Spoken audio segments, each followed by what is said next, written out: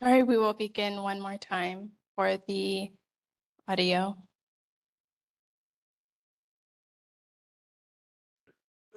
Aloha, my name is Malia Gustin. I serve as the chair of the Nānākuli-Māʻili Neighborhood Board. I'm calling this meeting to order. Today is Tuesday, August 18th, 7 p.m. We're meeting in person at the Nānākuli Public Library and virtually via WebEx. A neighborhood board meeting is a monthly open forum between government representatives, elected officials, and members of the community. Members of the public have the right to submit testimony on any and all agenda items. We have a full agenda tonight. I will go over some rules of speaking.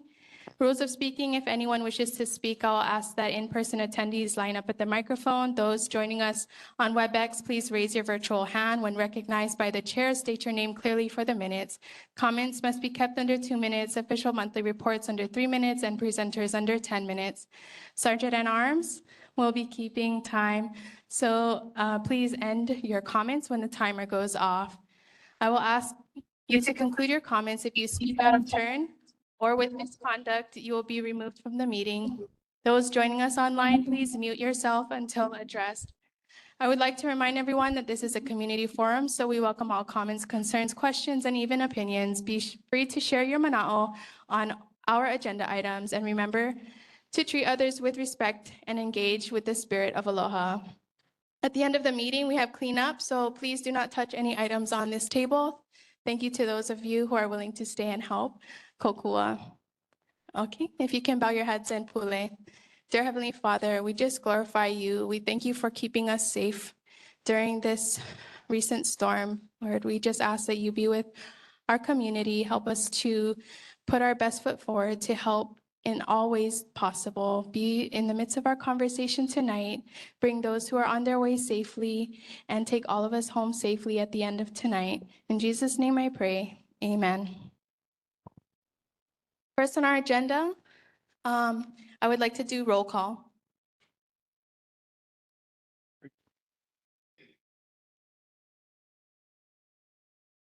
When I say your name, please say here. Starting off with Paul. Paul is currently not here. Mapuana. Here. Thank you. James.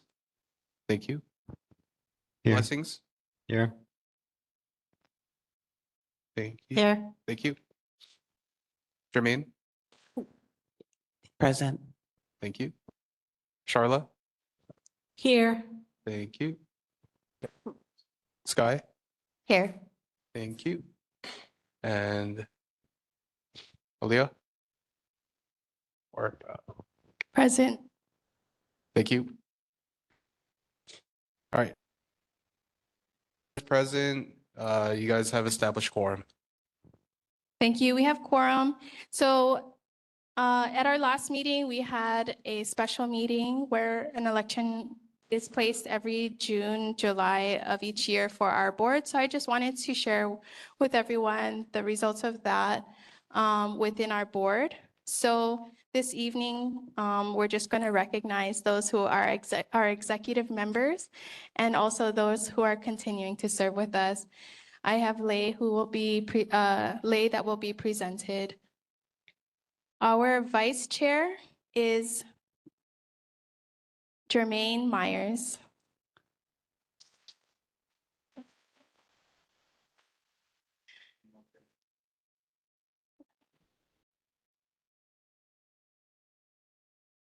Our secretary is Blessings Dela Cruz.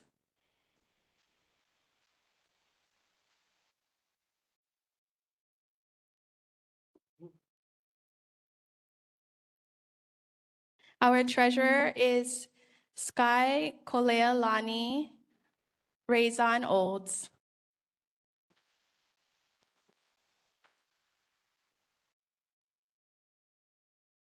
And our sergeant at arms is James Cowles.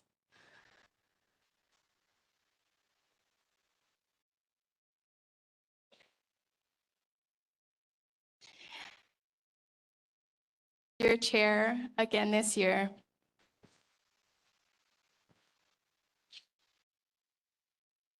And then we have lay for our other board members. Board Member Tector, and Board Member Weaver. Thank you so much for volunteering. This is a volunteer position. No member gets paid. Well, we just want to acknowledge everyone for the time that they put in to help serve our community. Mahalo. City Emergency and First Responder Monthly Report. We have our Honolulu Fire Department here present in person with the report. Please approach the mic, state your name. Good evening, Captain Kevin Callion, Nānākuli Fire Station. For the August report, stats below represent confirmed numbers of incidents in the neighborhood board's geographical area for the previous month. For more details on the incidents and related mapping information, please visit the Fire Response Search tool on our HFD website at fire.honolulu.gov under the News and Info tab. Should you have any questions, please email hfdnhb@honolulu.gov. Okay. Incident statistics for July 2026. For fires, there's 1 structure, 1 wildland brush, 8 nuisance fires, and 1 activated alarm with no fire. We had 123 medicals, 2 motor vehicle crash collisions, 1 mountain rescue, and 1 hazardous materials incident. Fire safety tips and announcements, emergency notifications and resources. Understanding how you'll be alerted during urgent emergencies and knowing where to find accurate official information is a key part of being prepared. Learn more at honolulu.gov/dem/stay-informed. The alert methods, opt-in alerts. These notify individuals who have signed up to receive alerts via text, email, or app push notifications based on user preferences.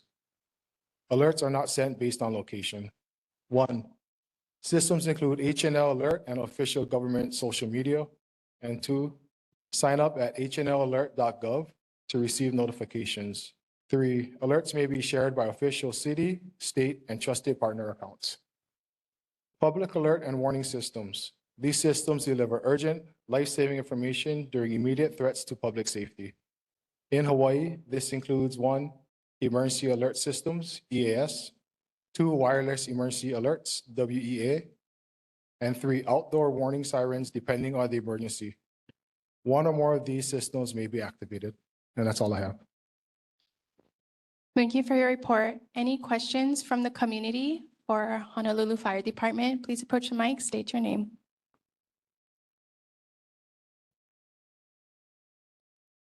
Aloha, I'm Austin Salcedo, and that's like to give a great gratitude for your folks' diligence and first responders to the July 28th. It wasn't wildfire, it was maliciously set.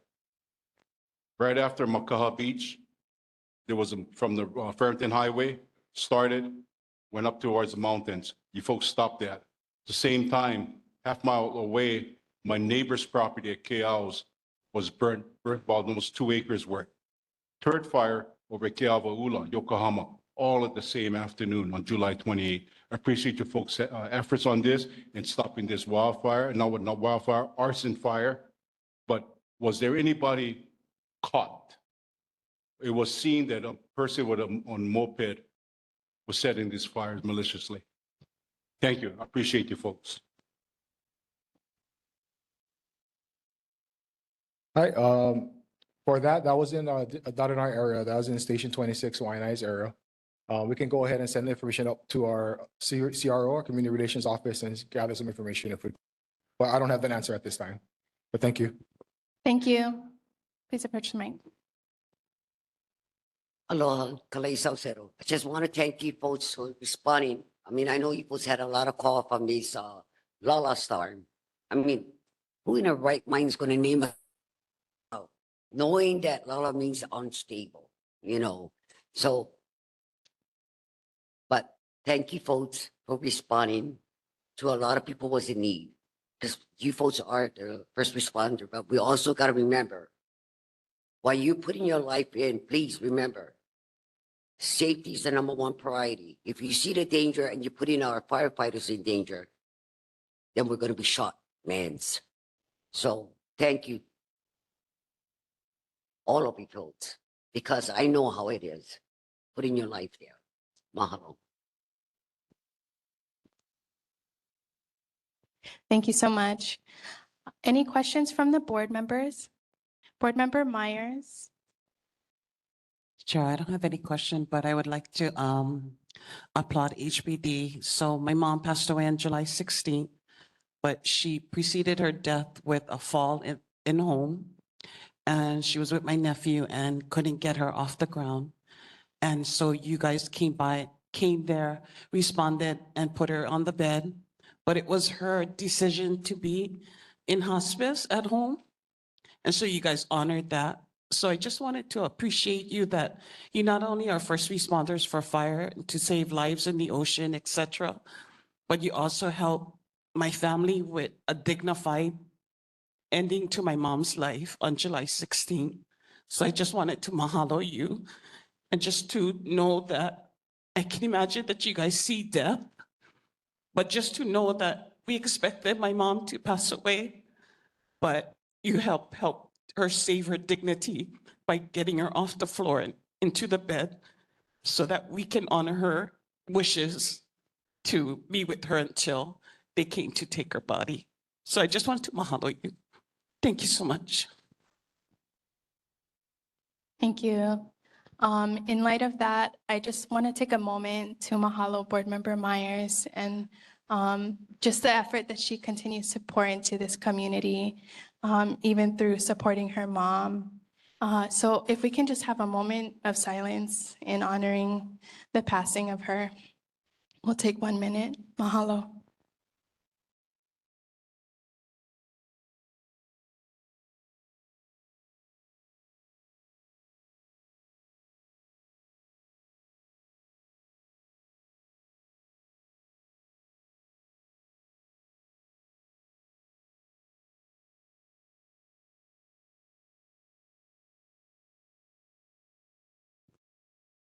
Mahalo ke akua. I'd like to ask a question for the Honolulu Fire Department in response to head-on collisions and car accidents that occur within the community. When community starts to engage as assisting, what is your advice that you can give so that the community doesn't interact in a way that can cause conflict on their end, but also harm to the passengers involved? Sorry, good question. Before that, my condolences to Jermaine and your family. Thank you for allowing us to support this community, and we appreciate you guys' support. For calls when members of the community are there, we understand that it's a highly emotional time and there could be trauma or something happening. Again, like we mentioned earlier, safety is the first thing. At times giving us space to let us do our job and assess the patients and properly extricate them as safely as we can. That's very helpful. We try to be understanding and empathic when things are going through, but if we can get space and kind of have a scene made for us around to allow us to do our work, it's very helpful. Thank you. Any further questions? Seeing none, thank you for coming in person tonight. We appreciate you guys servicing our community. Mahalo nui.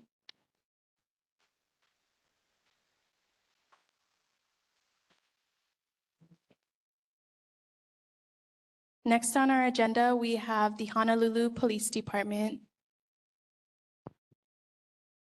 Hi, good evening, Corporal Corey Makino, District 8 Community Policing Team. Online with me is also Sergeant Fumi Moroka. The statistics for the month of July in the Nānākuli-Māʻili area, motor vehicle thefts, we had 22 in our district. Our area had 1. Burglaries for our district, 11. Nānākuli-Māʻili had 0. Thefts in the district, 109. 18 in our area. Unauthorized entry to motor vehicle, we had 20 in the district, 3 in our area. Traffic citations, speeding was 7. Moving violations was 219. Parking violations was 44. Total citations issued was 414.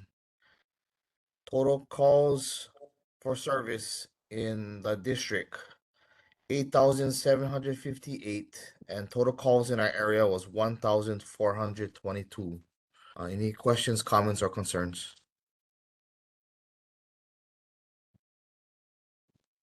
Mahalo for your report. Community for HPD, please approach the mic, state your name.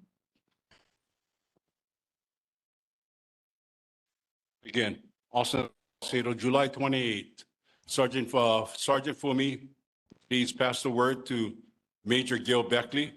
Great appreciation for boots on ground on July 28th, evacuation of the KL residents. Arson fire that occurred in Macau and KL's and the KL Wa'ula.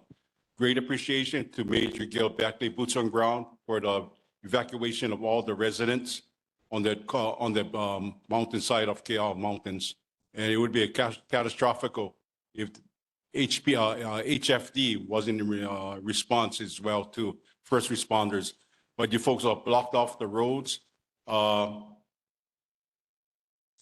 evacuated the beach coastline of all the encampments as well too. But there was a lot of stubborn ones that remained in the area. But again, appreciation for Major Gil Beckley. Thank you. Share this information to her, please. Thank you. Yep. Then thank you. We'll pass on the message. Thank you.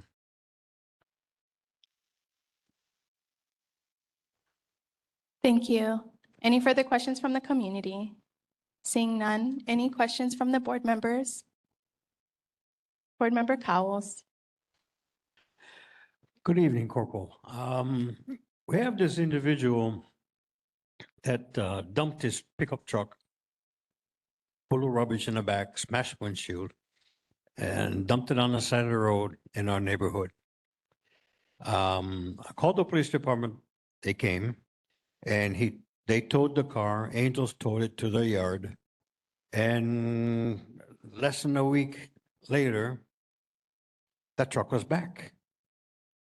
And the individual evidently to own the truck is from Kaliikipi Street. I live on St. John's Road. The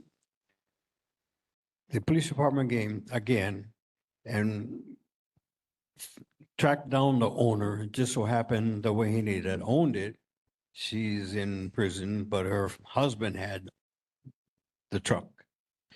But anyway, the second time he dumped it again. The second time, the folks came, and the police officer that came was really good, really nice, really informative. But I wanted to find out what is the correct procedure when we run into something like this. For that instance, for us, I mean, beyond towing, that's all we can really do. From there on out, the tow yard, the owners cannot clean the vehicle from the tow yard, and from then they become responsible. But with the tow, I believe there are also citations being issued to the vehicle itself. As far as long term, I don't know if Sarge, you know anything? Well, the officer that came, he tracked down the tow company that towed it to our street. And evidently, the owner of the truck, pickup truck, paid this towing company, which is located right here in Māʻili, paid the towing company to tow it to our street, just dump it on our street. And the officer finally tracked down the guy and told the guy if he doesn't come back and get the truck, he will tag it, put a whole bunch of tags on it for littering and dumping of the vehicle and everything else. If it's not towed out of there, then he will make it permanent that he won't be able to get it back out from the tow company. Well, it took about 2 hours after that the guy came back and took the truck.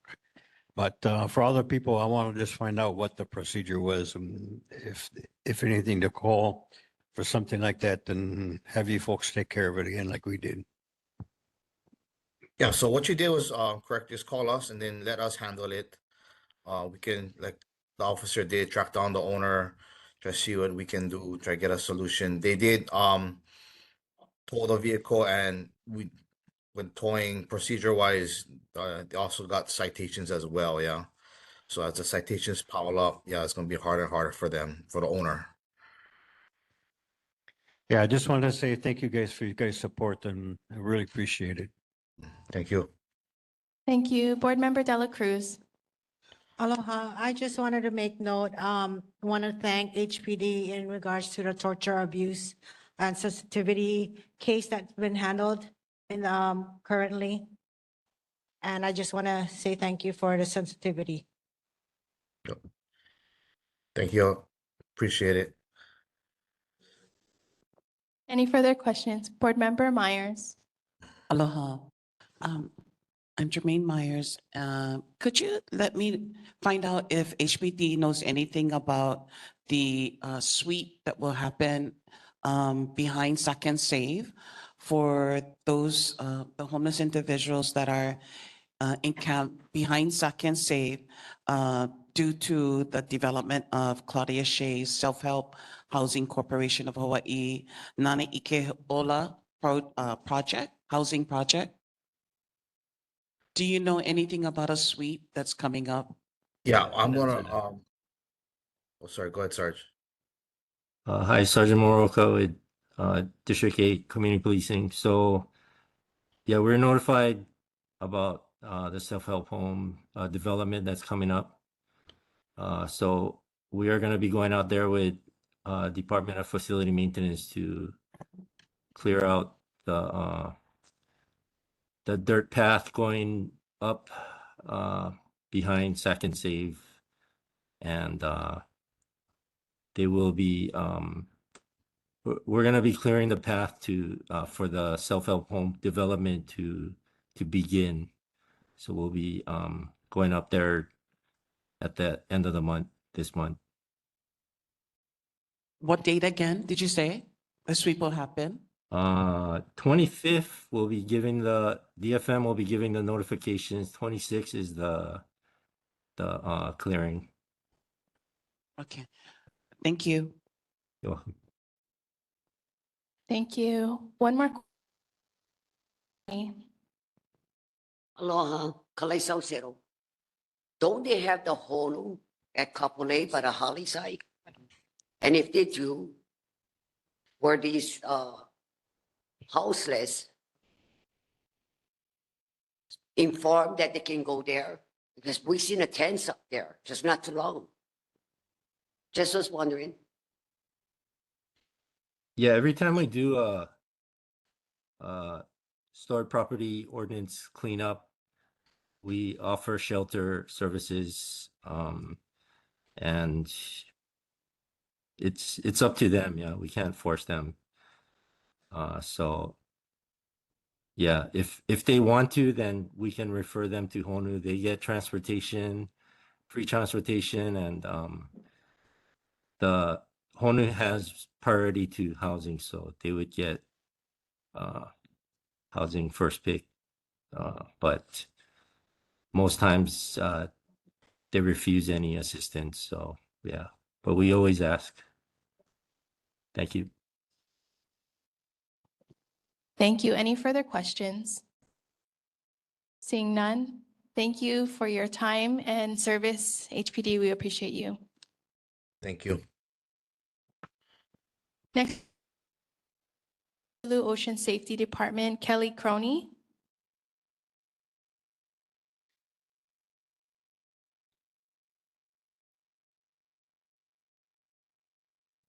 Okay, moving to our next agenda item, we have a filling of a board vacancy, one at-large vacancy, and I will open the floor for nomination.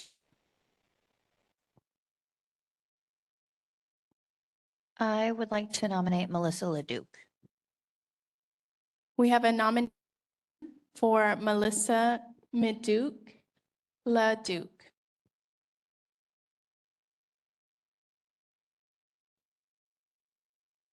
Leduc. I have one. Okay, nomination. Tertia Ku. Tersha Ku. Is Tersha Ku online? No. Okay.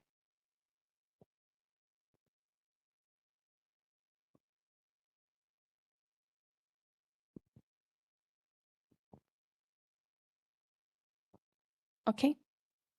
Any further nominations for the vacancy?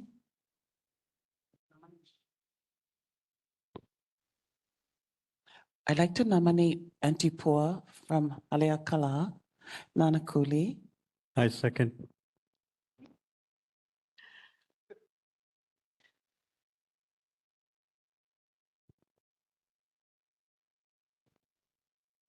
This thing is so high, but thank you. Thank you for the consideration. Yeah, short people, thank you.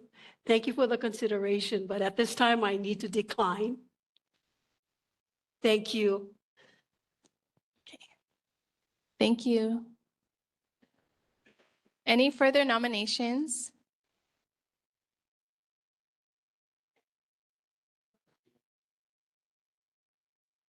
Thank you. Okay.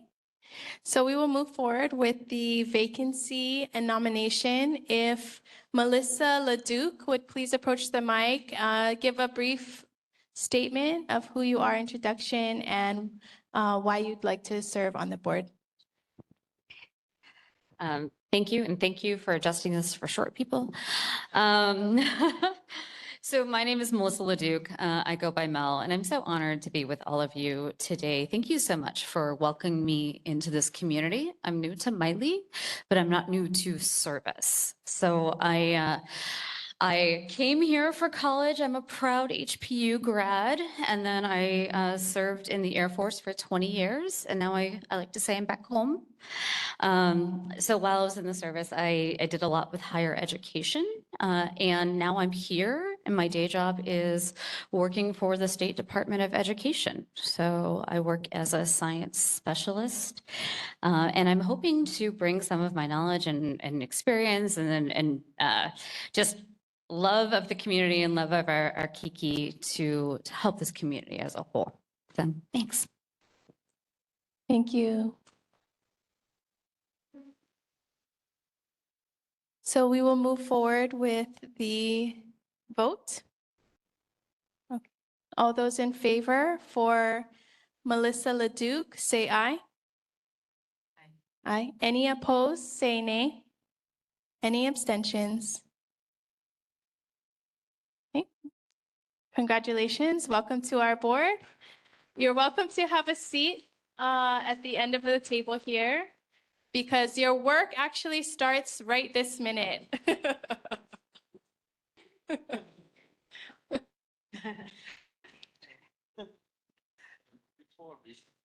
Okay. Oh, we're gonna have you at the mic, and so we'll go ahead and do your oath of office. Thank you.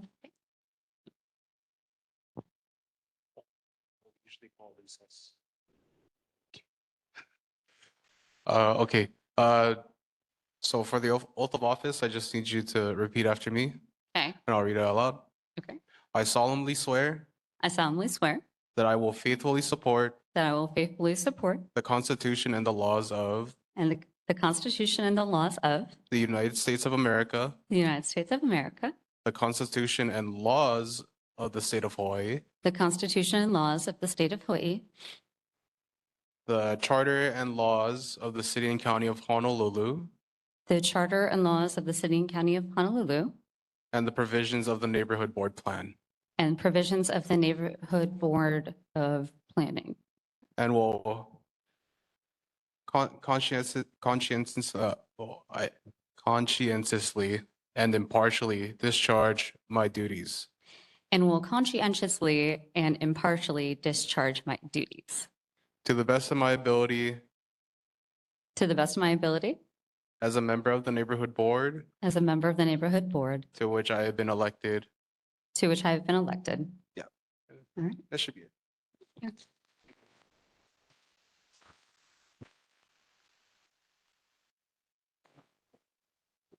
Thank you. Now we have a full board again. And so we will move on to our next agenda item. Federal official monthly reports, limited to 3 minutes. Congresswoman Jill Takuta's Representative Tolua Samifua.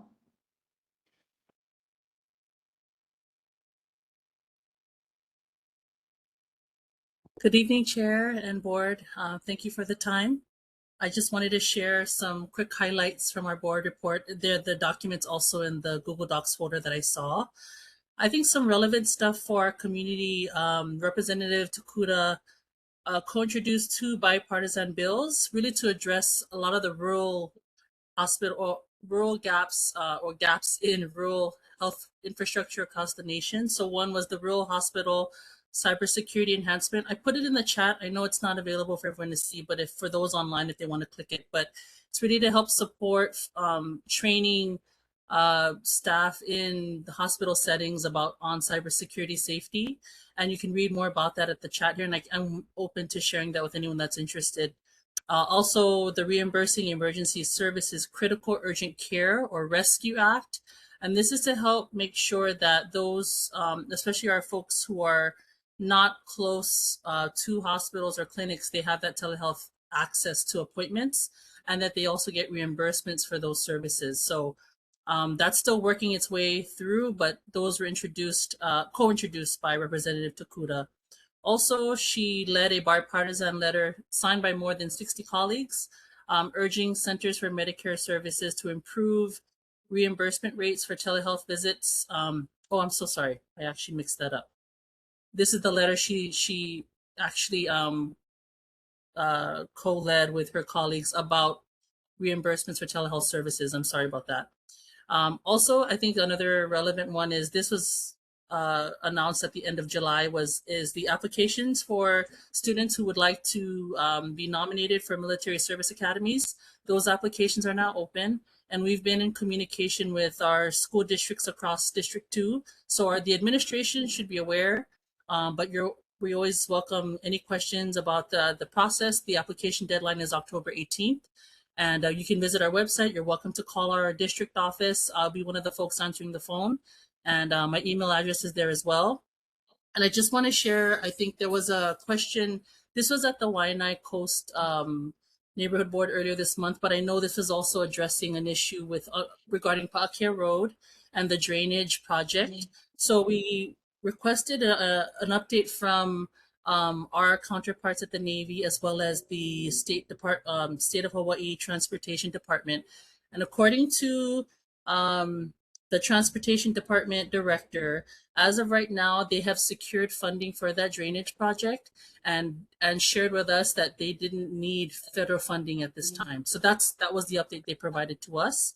But Representative Takuta is open to, if that were to change in the future,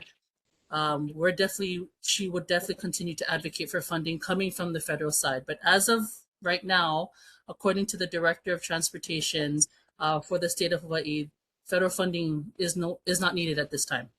I just wanted to provide that update. And I'm open to any questions. Please summarize. Okay, thank you. Any questions from the community for Representative?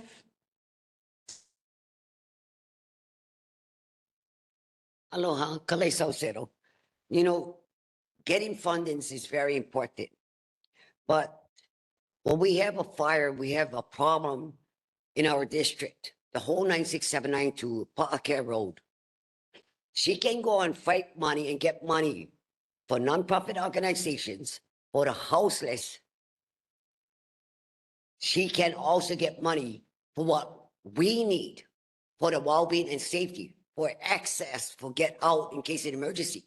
Because every time there's an accident at the 96792, it affects the whole coast. So Jill had been in our district. There is another problem that we are about to face, but it's not being told. And that is about a black rock coming over that road. Okay. There's a reason why it is. That needs to be fixed. But the number one priority is the well-being and safety emergency access road that's being abandoned for years, unheard. People's been bringing up the well-being and safety of it. Pa'akea is very important. So if she can get $3 million and give it to the nonprofit organization to house the houseless, I'm asking on behalf of the whole 96792, get $50 million to fix our damn road. Mahalo. Thank you. Any further questions from the community? Any questions from our board members? Seeing none? Okay.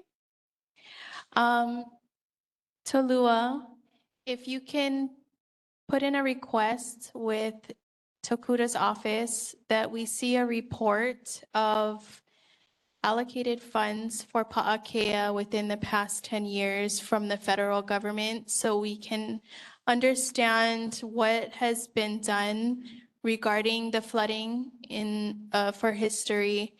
And we just want to have a record and better understanding of the distribution of funds because this is an issue that was brought up previously many times.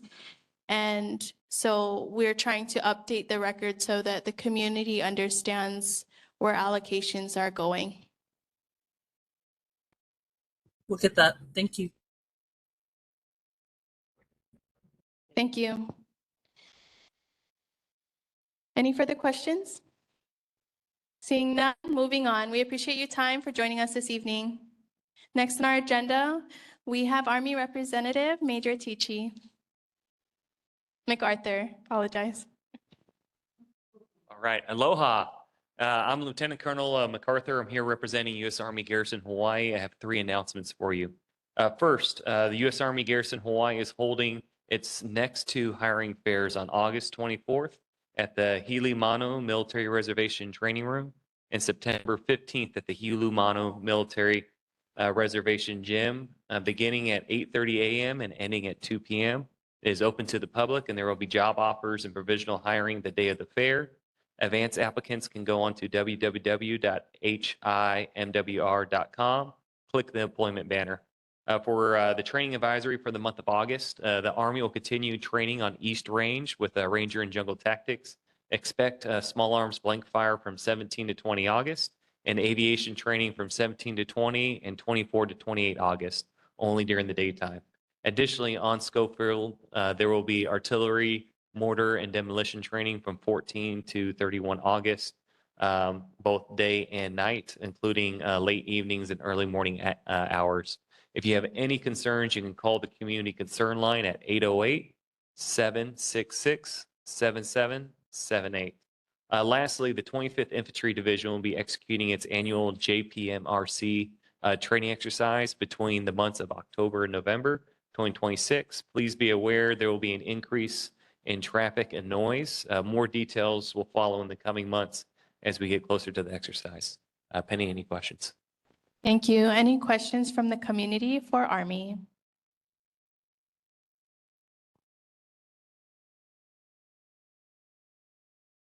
Aloha, Kalesa Osero. I only have one question. Do the Army have anything to do with the rigs out in the ocean? Rigs. That's all. Thank you. Any questions from the board for Army? Board Member Cowles. Major, thank you for coming. I'm sad to hear that Major General Bartholomew is no longer with us. I hope that the new Major General that is in charge that took his place is up to par and up to date on what's going on and what's being done with the community out this side and the west side. I hate to see that all the steps that we had made with the Major Bartholomew, sorry, discussions with him and everything else that we did with him. And I hope that the new Major General that comes in was up to date about what he was doing with us and all the activities that were was done on the west side. Hope you folks don't forget, or doesn't forget about the west side. Yeah, I'll relay it. And the current commanding general has been here both at USERPEC and the 25th ID. So he's been on in Hawaii for multiple years now. So there's, I believe, good continuity between one and another. So no concern. Thank you. Any further questions from the board? Seeing none, thank you. We appreciate you coming. Next on our agenda, we have our presentations. First up is the Nānākuli High and Intermediate School Student Government, here to announce the homecoming parade.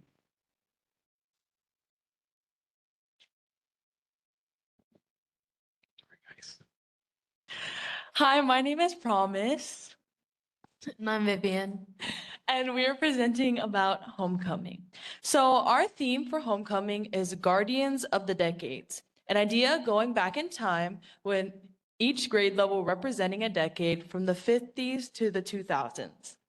Our parade will take place Wednesday, September 30th from 4 p.m. to 5 p.m.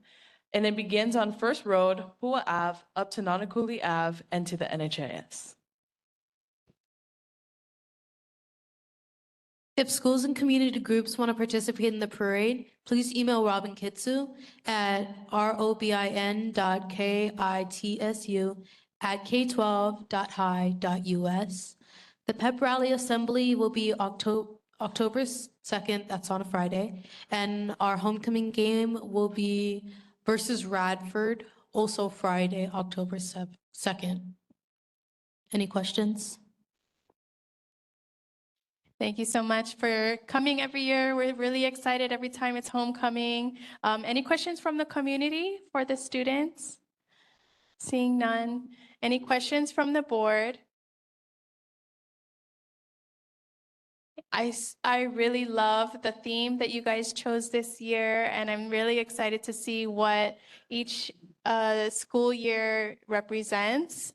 So coming up with the parade. So after their presentation, we will be submitting to the Department of Transportation so that we can have road closure on September 30th, 2026. So I'd like to entertain a motion.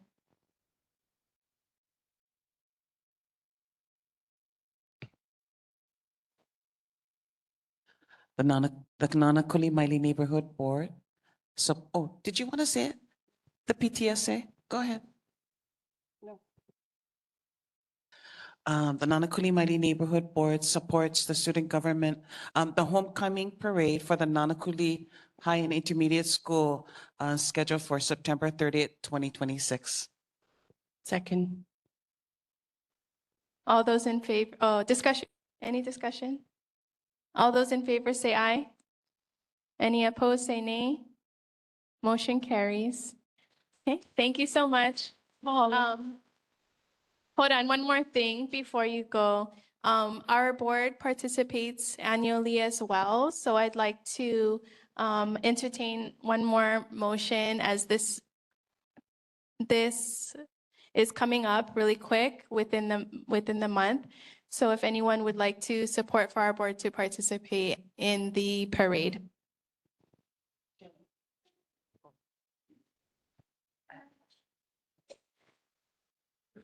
Question?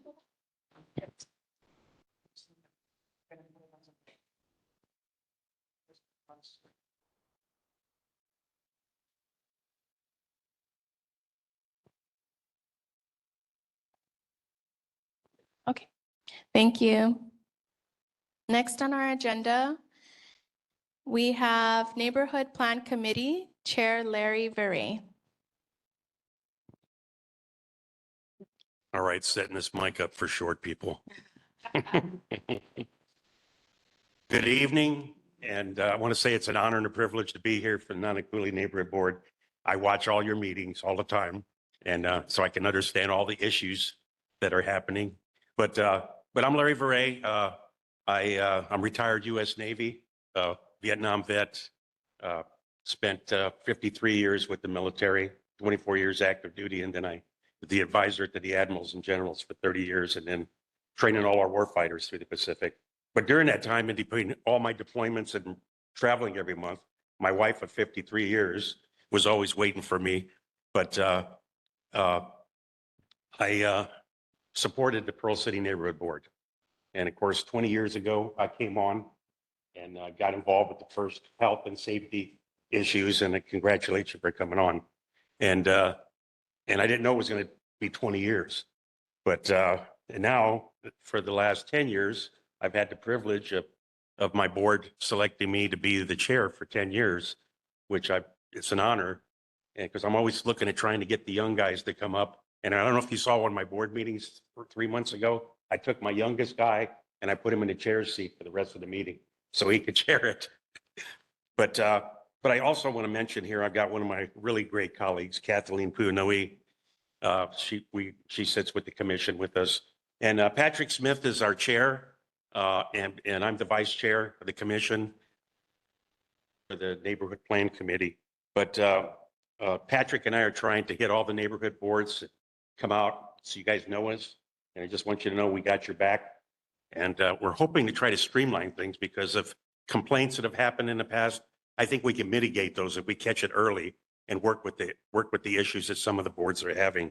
But our monthly commission meetings is really addressing public concerns. Anybody, especially board members, you can come into our meetings and listen if you have any complaints or anything like that.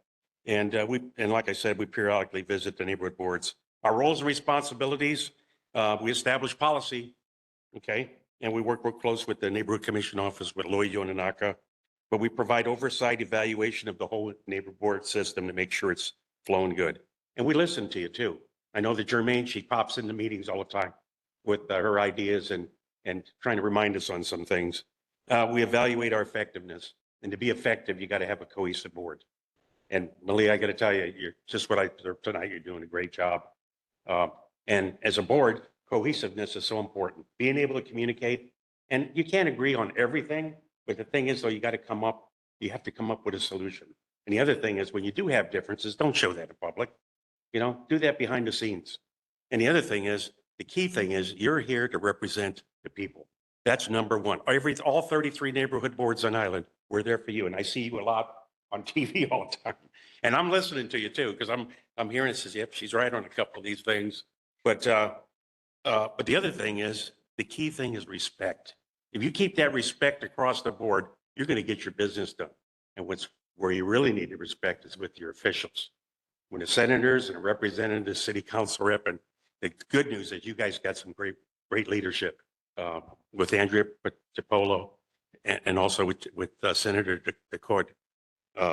Really shakers and movers. You have shakers and movers and you got watchers. Your leadership that you have here on the west side are shakers and movers. And the other thing is really important, and I hear it from all of you, you got to keep the character of Nānākuli. It's so important, all our neighborhood boards, because the developers are coming in. They want to put dump in your backyard, and you guys have had to live with this for years. And congratulations, because you guys are winning your fight.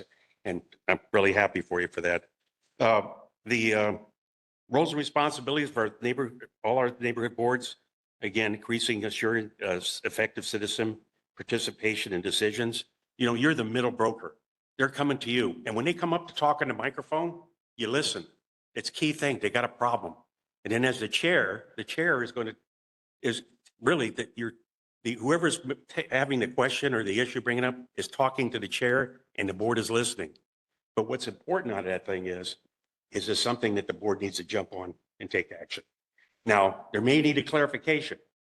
You don't have to, everybody should be interrupting that process, except you need a clarification. And as a board member, you ask the chair if you can speak and get a clarification on the issue.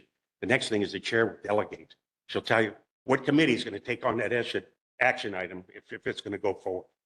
And then you work that issue. And then when you get done, then you start thinking, okay, do we need to step this up to the city council or the state legislature or even up to the federal level? And then when you do that, the most important thing is your resolutions. Resolutions are so important because what you're doing is you're stating your requirements in writing. Always put in writing because then it goes on record. The other thing is some of you, very creative ideas come up, and even for the public. You can write a white paper or what's called an issue paper. You talk about the problem and you got a great idea to solve the problem. You put it in writing and you give it a background and says, this is the solution. You give it to the chair and the chair looks at it and says, okay, let's take this to the committee. And then it works its way into a resolution. And then you give it to the senators or your city council rep. But if you take a look at the way our laws are, and one thing I recommend you to do is if you could take a look at, I got a great vice chair, Charmaine Duran. She used to work in the city, work with staffing. And what we do is we have legislative priorities that we do every year. And it's racked and stacked. The first thing is, okay, federal, state, city. And what we've done is we prioritize all our things. And you'll see resolutions associated with all these things. You can't have everything at once. But what you can do is give that legislative priorities to your legislators, your lawmakers. And what we do is we let them pick it. Okay, we gave you our priorities, but what do you think you can get through the legislature during that time?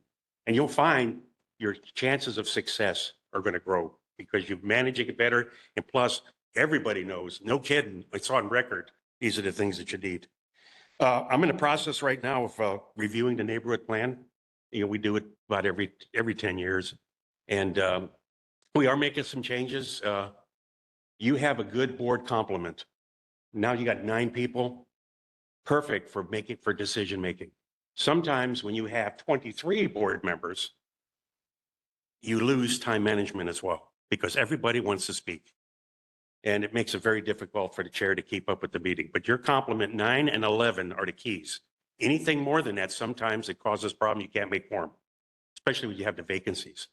And plus you got a number that are at large, your keys of success and your meetings. Ever since that we went from 13 members to 11 members with the Pearl City Neighborhood Board, we have made quorum for the last 5 years, no issues. So I've got about 2 to 3 more meetings to go, and I think we're going to wrap it up. One of the things I'm going to leave you, and I know Malia has been working with Chair McKenna over at the Makakilo Neighborhood Board to look at the areas of responsibility. Right now, the neighborhood plan is set up with all 33 neighborhood boards. We all have boundaries. Those boundaries are key for the election process for the neighborhood board system. So those pretty much stay in place. Yeah, but we can make changes. With your situation, we most strongly recommend that you actually go put together a memorandum of agreement, or memorandum of understanding. If you do that, that way both of you are working the Coalina process, all that development, everything, you're working together as a team with the boards. And I think with Diamond Head and Kaimu Key, we got an issue there with them. And I think what we're going to do is I'm going to use you all as the example of leading the way because you're the first to do this if you do it. And we're going to probably recommend the same thing for them too. But in closing comments, I just want to say, keep up the great engagements, and stay a cohesive board. Everybody working together as a team. You got a problem, tell the chair. And the other things I want you to know is Patrick Smith and I, we've changed the way the commission is operating in the past. We are going to stand by our chairs. We're going to stand by board members. And if we get any inclination of insubordination, disrespect, you're going to be getting a phone call. And chair will get the phone call first, but the board member is going to get a phone call because this complaint process that we had, that shouldn't be the only way. We need to nip it in the butt early. Let's fix the situation. Let's work together. And then the last thing is, let's see. Make sure you work with your neighborhood commission office. If you got any questions and things, you saw the new guidebook that they just put out. It's easy to read, understand. It's really good. Lloyd Nānākuli is doing a great job. The whole board team, they're very dedicated, and I appreciate what they do. And again, I want to thank you all for letting me be on your agenda tonight. I'm here for you, as well as, of course, you always got Kathleen showing up for your meetings. But I wish you guys the best. My heart's out for you. I've been in Hawaii for 43 years. And when people ask me, why do I live in Hawaii? What is the best thing I like Hawaii? And from my heart, I got to tell you, it's the people. Yes, it's a beautiful area and all that. It's the Hawaiian people. And if you don't know, the governor gave me a graveyard in Pearl City. And I've got so many Hawaiian friends that depend on me to turn that cemetery around. So I just want to let you know that I just adopted all you guys today. So thank you very much. Any questions? Mahalo. And hopefully I didn't go for my 10 minutes. Mahalo. Any questions from the community? My question is, I appreciate the 96792 vote boards. But I'm from Makahasai. But I also own Holly in Maʻili side. And we do have issues in our district. And it's wine I bought, okay? I know we're at the Nānākuli meeting, but it represents the whole 96792. And my thing I had been seeing at the meetings, at the other 96792, once the meeting is adjourned, how they attack the chairperson. And no one wants to admit, but a lot of those has conflict of interest. So you folks need to really look into it. What is the conflict of interest? Because incidents had happened and individuals is targeted. Law enforcement. An injured individual speaks Olelo. I understand speaking Olelo. But if you're going to speak Olelo, then you should interpret it in English. And do not expect the NCO or the taxpayers to pay it. So if you want to speak Olelo, they should hire their own. So that's a big problem. But I don't agree when the meeting is adjourned, you're attacking the chairperson. I know your office had a lot of phone calls. Let me add one more thing. As she brought up, if it turns out it's a resident that won't listen to the chair, that individual can be asked to leave the meeting. And if not leave the meeting, you got a sergeant at arms all ready to go to get him out the door. I was sergeant at arms for many years on the Pearl City Neighborhood Board. But the other thing is the NCO assistant has already been directed. When the chair says turn off the microphone for the individual that won't stop talking and is grandstanding, instead of asking the question, they have the ability to turn it off and they're authorized to do it. So, but we'll look into that. It's not the residents, sir. It's board members. Okay? Straight up board members. I would be monitoring. You have someone from your NCO office there. They can see what's happening while they're putting the things away. Straight up. They can see. Maybe I'll see you next month. We just need it to be corrected. They got to remember. Thank you. They are there for community concerns. They are there. Respect. You expect the community to respect first responders. They need to learn to respect first responders. Thank you. Mahalo. Hello, Larry. I'm Austin Salcedo. In the neighborhood plan, does it outline any guidance in there on the speaking of conflict of interest of officials taking position? Not here.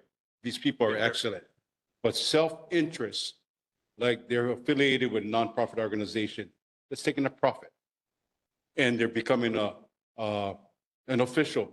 Is there any recusal from taking position or taking a vote in this neighborhood plan? Is there guidance inside it? They have to recuse themselves if they are found to be a self-interest of a nonprofit organization.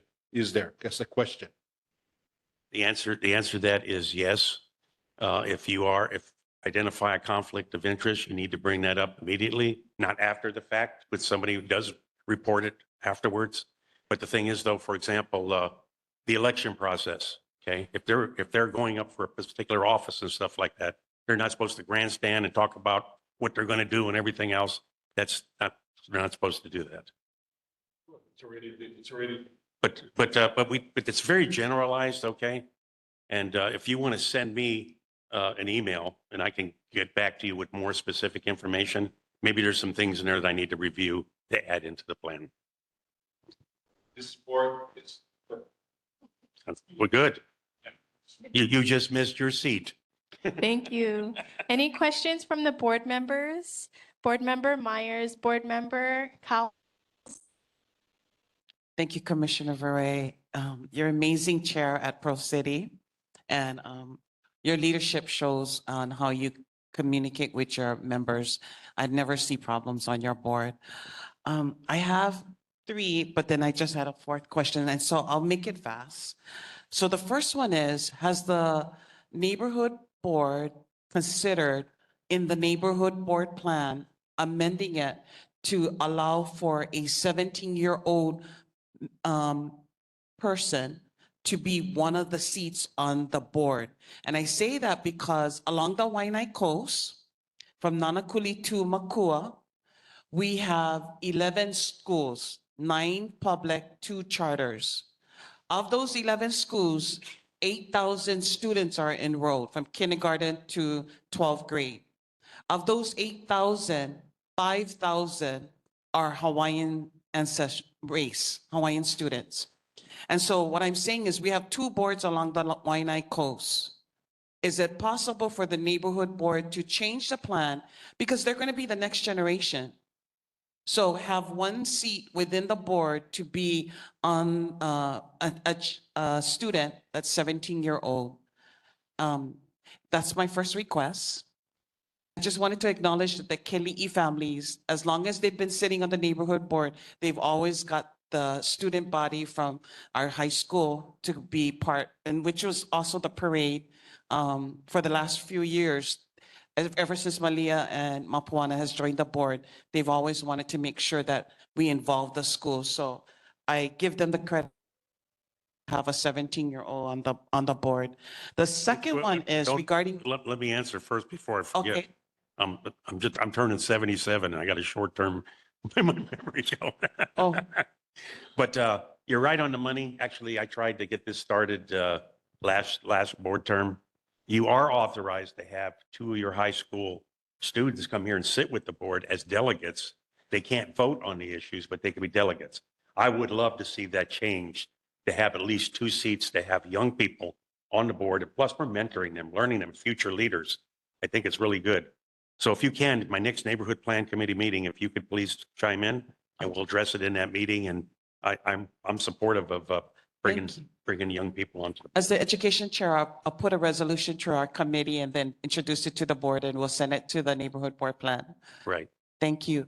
And then my second question is, or my concern, is that many times people use the complaint system against board members in order to intimidate or to use it as a system for political pawnship to remove a board member that they don't like because their advocacy is hitting a nerve.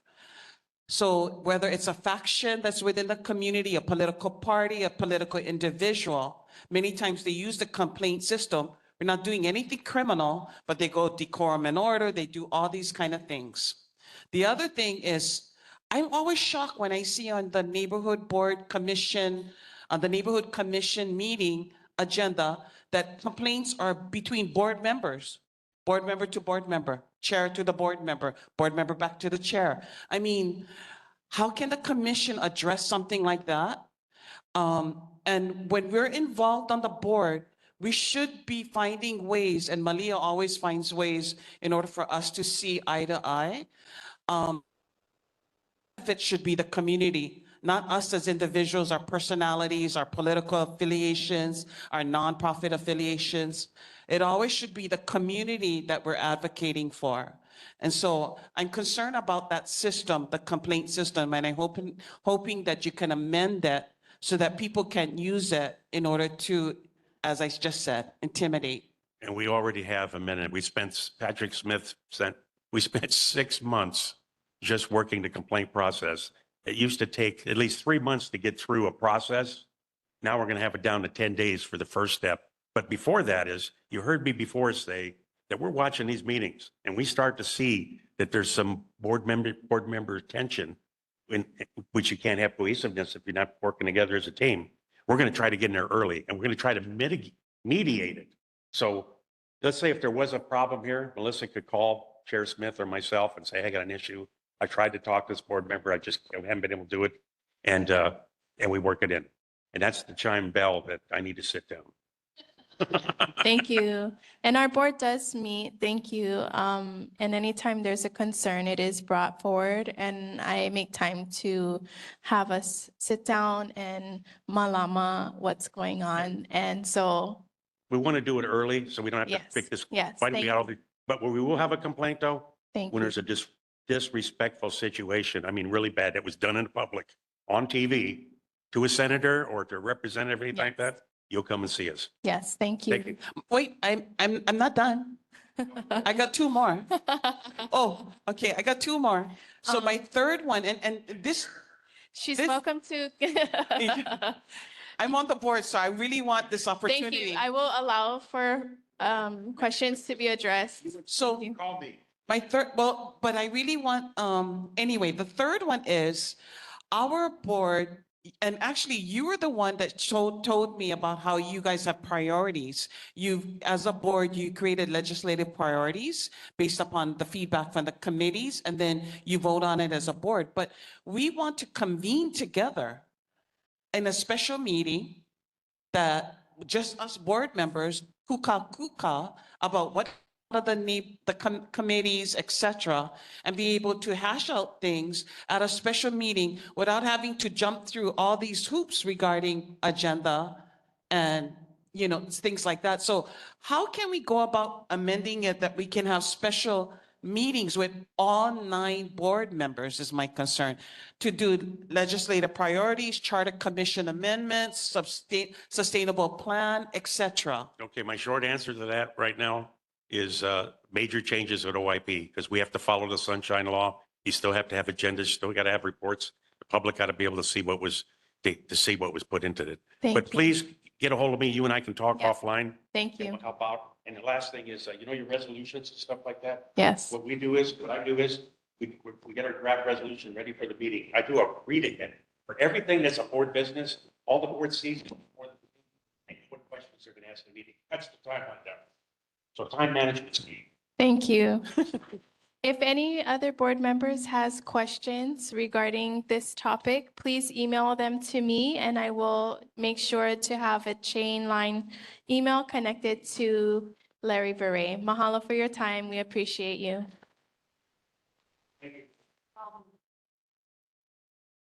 Madam Chair, so we understand that he did share, but do the rest of us get to ask him? You can't have one board just. We can have one question further if you're willing to take a few more questions from our board members. I got all the time in the world. I'm retired. Okay. Thank you. Board Member Cowles and Board Member Reyes-Olds, please I'm state pretty your short. question. I'm going to be short. State your question. I just want to say thank you for your service. Appreciate it. Thank you. And thank you for your service and all the veterans in here. Okay, one more. I want to go fast. And this is a suggestion. Yeah. I'm newer to the board and I didn't have to do any conflict of interest paperwork when I started. On other boards I'm a part of, I did have to list my companies, anybody who I'm being paid by, and all nonprofit positions. I would love to see that in the packet. And I know Mel just signed and she didn't sign anything like that. So when you're working on a plan, that would be my suggestion. Especially your developer and also if you're working for the city. Thank you. Great suggestion. And we have Board Member Io present. Thank you. Next on our agenda, we have the 2026 State Legislative Review by our Senator Samantha DeCourt. For the taller ones in the room. Thank you. Congratulations again, board members. Yeah, thank you so much. Braxton, you got the, oh, perfect. Okay, very good. So I'm gonna highlight and just tap on some areas. If anybody does want me to elaborate, then we can go in for questions because I want to try to consolidate my 10 minutes within the questions.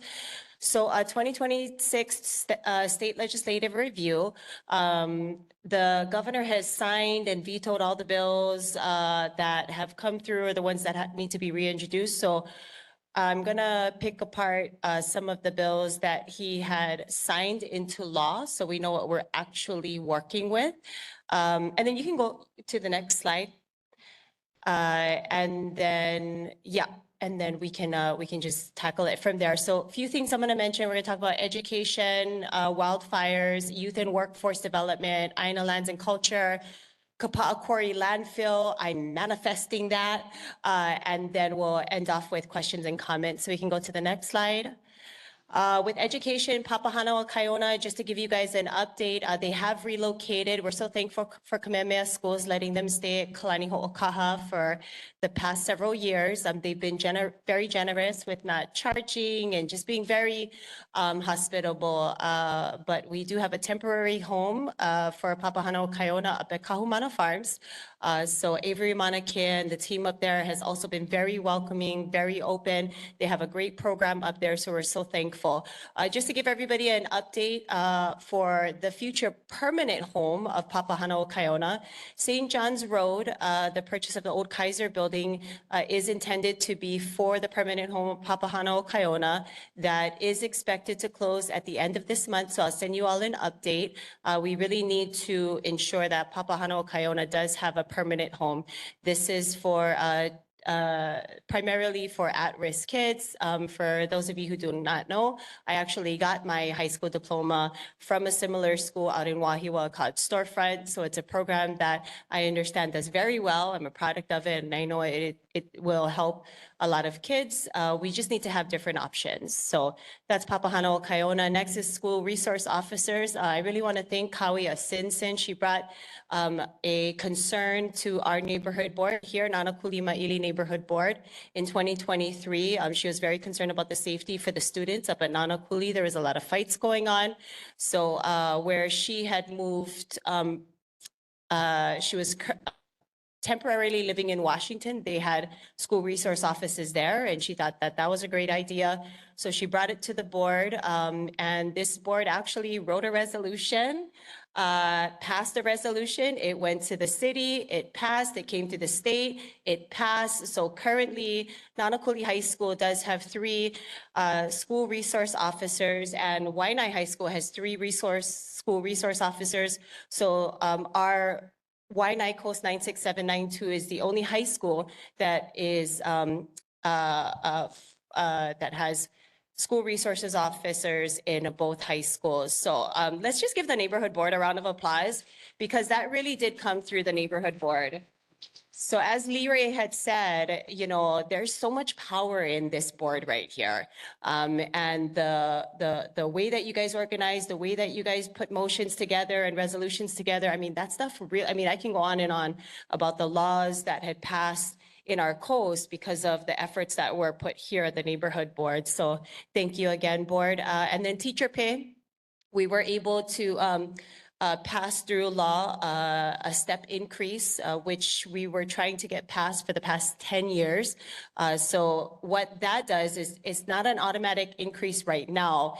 It allows the bargaining unit to go and start negotiating on behalf of the increases for the teachers. So totally long overdue. That's one step. And then the bargaining unit has to come back, bring it to the ledge, and then we pass it through the budget. So just wanted to let you guys know that the teachers were working on that, long overdue, but please hang in there. We're making progress. Next slide. So filed wildfire mitigation, the state had awarded $1.8 million to DOFA. That's the Department of Forestry.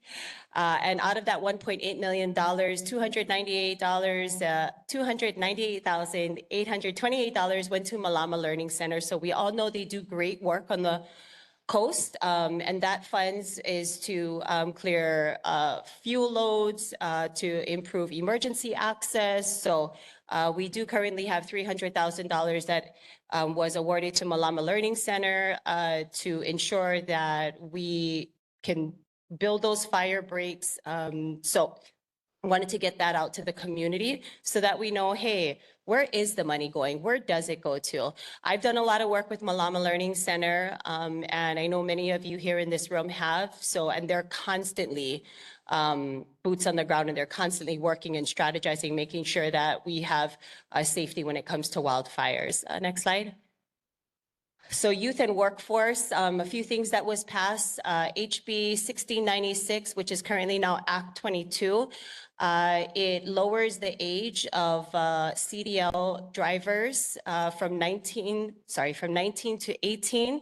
And so that gives a little bit more direct pathways for youth. We have increased, however, the requirements to get that. So there's a lot of rules and regulations that are in place. And so we've absolutely have had to ramp that up. So if we're going to lower the age, we absolutely have to increase the regulations and the requirements in order for an 18-year-old to get the CDL license. Moving over to HB 1667 Act 132, that allows a 16-year-old to get their identification without parental consent. We do have a lot of youth on the coast that are unfortunately living in either houseless conditions or maybe are not, don't have their parents in the home to sign off on field trips, sign off on programs, sign off on opportunities for them to advance, whether it be in their education or just simply just taking field trips. That is not something I would necessarily vote for. I don't believe in the parents not having a say in the child's, decision making, but we do have an overwhelming amount of houseless youth here. So these are one of the things that I had to take in consideration. Okay, the fact is that I believe the last point in time count, we had about 600 documented houseless youth here. So we don't want to hold them back or have them limited due to red tape. So that had passed, that's now into law, but that doesn't go in until next year. So next slide. So Aina Lands and Culture, SB 903 Act 032, the state had given OHA a one-time $55 million transfer, and that was basically to fill the gaps with some of the decrease in the federal funding. That is, however, not to be used for development. There was a big concern that I had during the passing of this bill that I didn't want it to go to housing development that would be like kaka'ako makai. I wanted to make sure that we're able to, make sure to apply that to the programs that we lost, whether it be through federal funding or however. Anyway, so that has passed, and that was just released in July 1st. Okay, so let's see, we'll move on to HB 2309. So we were able to pass pass a law that we would be able to open up the circle a little bit more to successors. So typically the priority is spouse, children, grandchildren, siblings. Grandchildren, but now we've opened it up to nieces, nephews, pretty much anybody that has qualified. However, because we passed that in state, it still needs to go through the congressional process because the Hawaiian Homes Commission Act is a federal bill.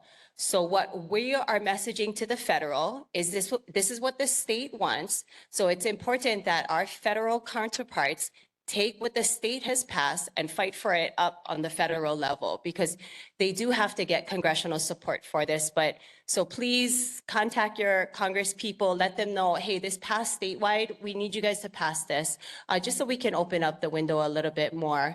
And then next one is HB 2592. Oh, yes, Mauna Kea, sorry. Mauna Kea, so there has been so right now, the Mauna Kea Stewardship Authority, and this was all as a result of during the, am I 10 minutes? Summarize, thank you. Okay. And then try to go to the next slide. Okay.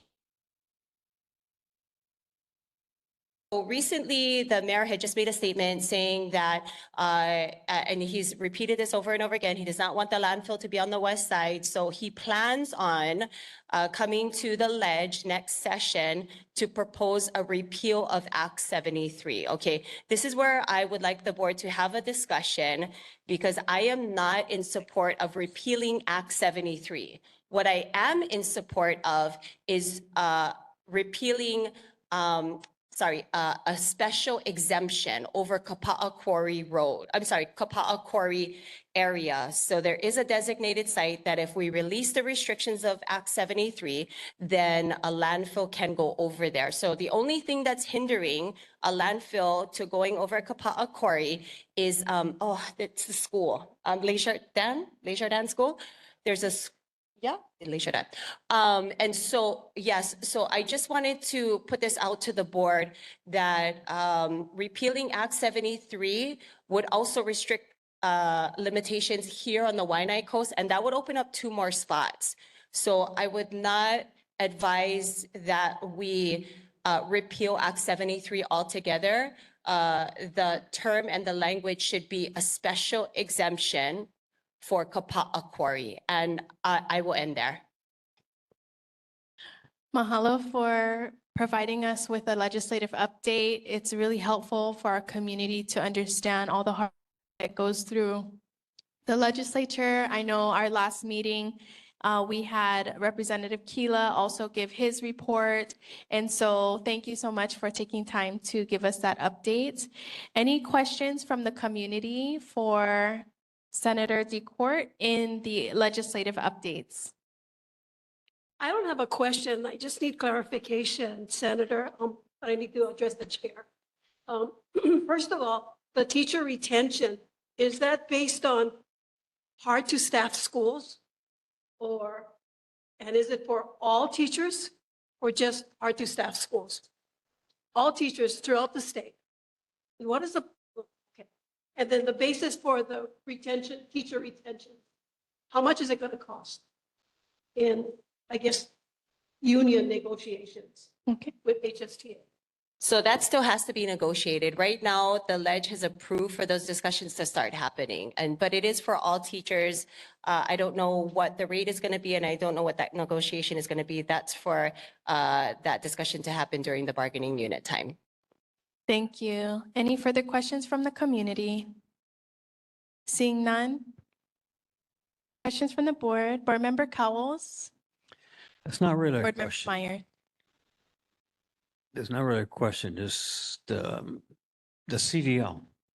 As you know, I'm a retired truck driver. And I am one of 3 CDL, licensed CDL instructors in the island. I do not agree with having 18 or 17-year-olds learning how to drive an 80,000-pound truck. No disrespect to the students, no disrespect to that age. But when it comes time for the mentality to drive one of these trucks, they don't have it. I've seen a 17-year-old driving a semi wipe out a whole family on the freeway, Waipahu, years ago. And I will never, ever forget about that. I was a witness to that. And yeah, everybody's going to come back and say, oh, no, but they get good instruction. They get this, they get that through instruction. Yeah, going through the school, that's one thing.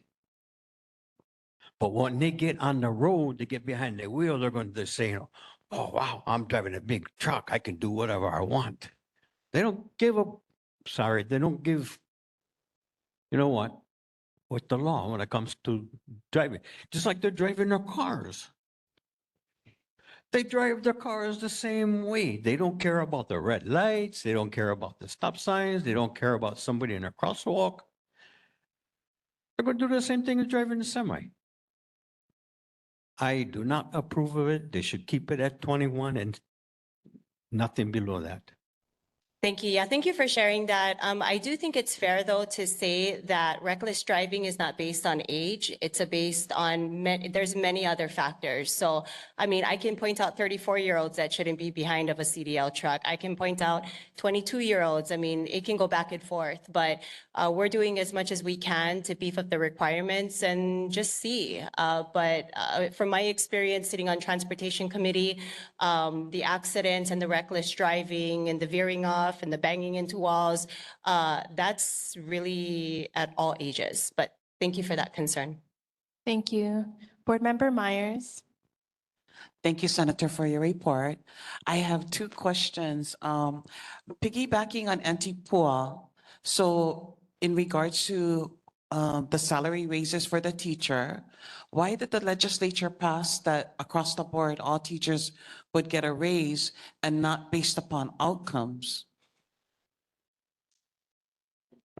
So if the students are not passing, they've Yeah. got lower than state level as far as the average. Yeah. You know, ELA, proficiency, et cetera. So I know that you're just one of the 25 senators, but I just can't believe that it's just using our taxpayers' dollars, because in the private sector, you don't make a profit. Nobody gets any raise.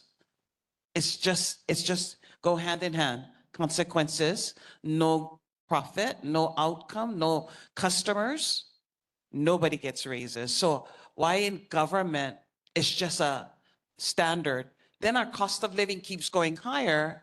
And those of us who don't work in the government, work in the private sector, it's just so hard. So that's my one. The second one, thank you for advocating for Kapa'a Quarry.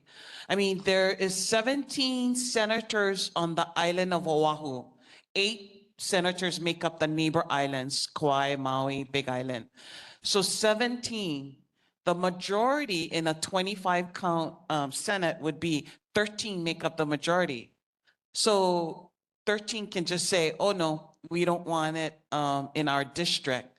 But we got 17 Senate districts on Oahu, and it cannot keep coming in the Waianae district because 13, Oahu senators gang up on us. And so I'm just concerned that there's not parity as far as, because everybody makes opala, everybody makes trash.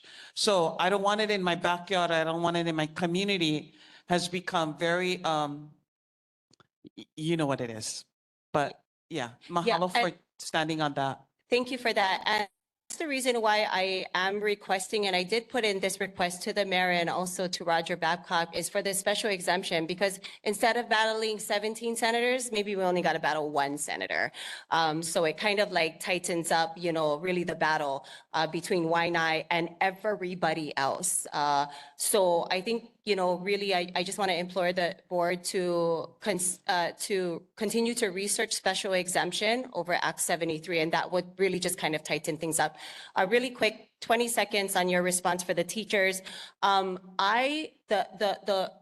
The low standards on our schools, I really put that on the upper level. I put that on leadership. I put that on the, the higher ups, the superintendents, the deputy superintendent. Like, these are all the ones that are allowing, if there is lower standards, which I have seen, and which is why I'm so vocal in the Senate. And these are the ones getting $200,000 salaries, $300,000, $400,000 salaries. So should they be getting that much? I don't know. I don't think so. But the teachers really kind of are affected primarily by how the upper chambers are. So yeah, maybe we should question their salaries. So yeah, thank you. Thank you. Board Member Tector, Board Member Dela Cruz, Board Member Weaver. We have 2 community. So we're going to take the questions, and then after that, we're cutting off this presentation item. Thank you. Thank you for just spearheading, pioneering, and helping our community and reporting back to us. Just clarity with our board doing the SRO. Uncle Pa, thank you. And meeting with Malia to do the reso. We need complaints. So when the parents do come, she came as a teacher, an advocate, and then she came on our board. In its process, we all had a hand in it, but it took a long time, but everybody pounded the ground. So thank you, just making note of it for the records. So the question would be, do we have to wait for a complaint or students fighting in order for people to actually listen to us?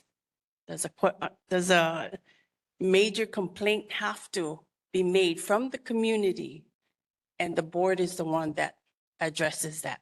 Well, I mean, at the discretion of the board, you folks can move and discuss whatever is going to be agendized, whether it be on your committees or on the full board, but absolutely not. This is why we elect community members to sit on these boards, because your voice should be enough. So I would say no, at the discretion of the board. Chair. Thank you. Board Member Dela Cruz. Mahalo, Senator, for your quick actions with the Lala storm. I wanted to bring that up. I also took note of your storefront comment. I too was from storefront. Yeah. I would like to know. And look if- at us now, right?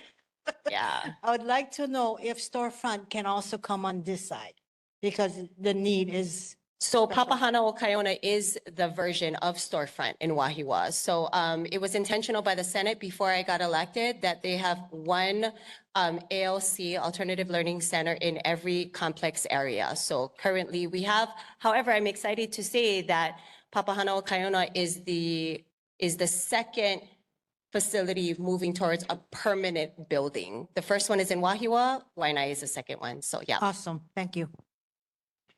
Board Member Weaver.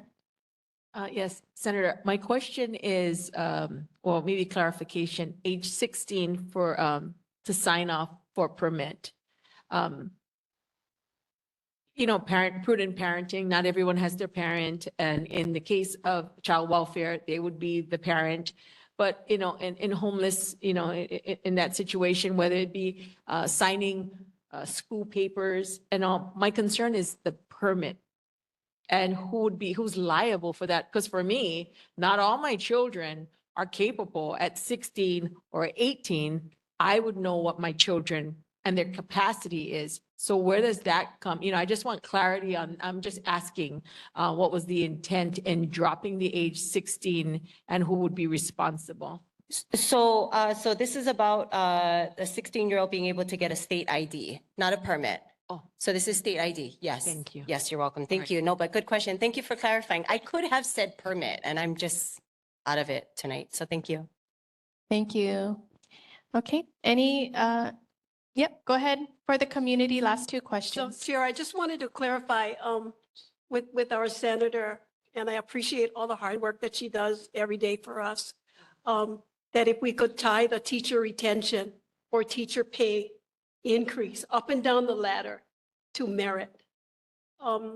If they can show us improvement with our children academically and otherwise, you know, it should be tied to their pay as well. I mean, we cannot continue to pay these high salaries and not get the results that our children deserve. Just my 2 cents. Thank you. Thank you. That's a very good point. And I do want to say it's so important for community to engage civically. The Board of Education, they have monthly meetings that the community is able to go and testify and give input. So I'll send that over to the chair and she can get that out. But like, we gotta let them know this. And I've been cracking down hardcore on Department of Education. So they already know, like, I'm not like, yeah. So I will say, I hear it. Thank you. I'll take that. But make sure you take that to the Board of Education as well. Thank you. Okay, and then after this, we have one online. Aloha, Kalaisau Sero. You know, to revisit Act 73, the resolution, I'm totally against that. People gotta understand in our community, okay? Because if you revisit that, that's not gonna benefit us. They're gonna put us back in square one. That's still gonna allow us to breathe that toxic. So we have people in our community wants to revisit. Because why? I won't tell you why. Because they're a nonprofit organization and you revisit Act 73, those nonprofit organizations still will receive funds. And that's not fair. That's not fair at all. So, Senator, you can do what you have to do, but Aole, that's American greed. Act 73 for 10 seconds. nonprofit organization is American greed. Thank you. We have one question online. Napua Lokelani, unmute. Aloha, mahalo chair for allowing me to participate online. My question is with regard to the 55 million being transferred from the state to OHA. If I can just get a little bit more information on what exactly the independent audit is for, but then also what are the parameters to the audit? Is there a time limit as to when it should be completed? And then where is it going after that? Who is it? Will it be released to the beneficiaries essentially, or who gets the report? Who reviews it? What happens from there? Mahalo. Yeah, so thank you. Really quick. The law says that these funds are only supposed to go to supporting critical health, education, economic development, and community programs. And then the audit really requiring an independent third-party audit of state land inventories and revenues to accurately calculate OHA's constitutional 20% pro rata. So that's what the audit is for. There's also other things in there, forms a working group and all that other kind of stuff, but we were very intentional to ensure we squeeze on what OHA can and cannot do with the money. There are a lot of things that they've been pitching, as example, purchasing a media station. I think they should be focusing more on education and workforce development. So we just wanted to make sure that we tighten that up a little bit. So I hope that answers your question. If not, I'd be more than happy to share more thoughts with the chair who can get it over to you. So thank you. Thank you, Chair. Thank you, board members. Thank you. I do have one more question from our newest member, Board Member Leduc. You're welcome to ask. So thank you for everything that you've mentioned, and you heard some side conversation. It was about the education part and the merit-based pay part of it, because there's a lot of information both ways on merit-based pays, and I'm really just wondering, has your office looked into those arguments one way or the other, for any type of like incentive pay? For the teachers? Right. Well, that's what the step increases is supposed to be for, to incentivize the teachers to get their salary raises, yeah. So, but it's based on merit? No, it's not based on merit. No. It goes to the bargaining unit and then it's negotiated through the bargaining unit. Okay, I think that did answer my question. So I think she was requesting that it do be merit-based, right? And then I was asking if your office looked into arguments pro and con on that. No, we haven't looked into that. Yeah, I think for us to be able to get to this stage of talking about increase is where we need to start that. But Board of Education, it would be perfect. Hawaii Teacher Standard Board, they're all the ones that chime in and actually bring the legislation to us. So I'm going to forward that to you guys. I would love to see this board get more involved in that before it even comes to the Senate. Thank you. Yeah. And so Senator DeCourt, we invite you to attend our next special meeting for legislative priorities, mirroring Chair Larry Veray, who had mentioned.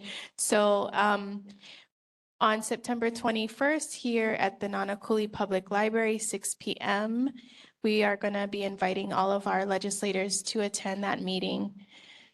It's on our agenda later. On my husband's birthday. On my husband's birthday. Oh. Why not? Why not? That's okay. We've been together 30 years. It's fine. We'll do it. We'll do it another day. But no, I'll be there for sure. Thanks. Thank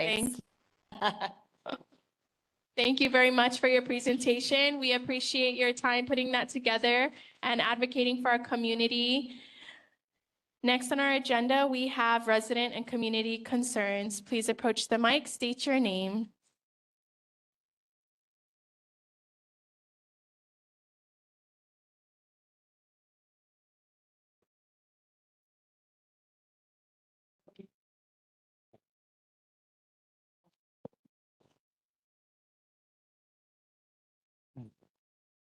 Hi, my name is Ramona Oliveira. I live in the Nānākuli-Māʻili homestead, as a lot of you know, because I'm here a lot. But my thing today is that the Zablan area is not getting enforced as it should be. As you know, a couple months ago, they had the stabbing at Zablan. It made us famous a little bit.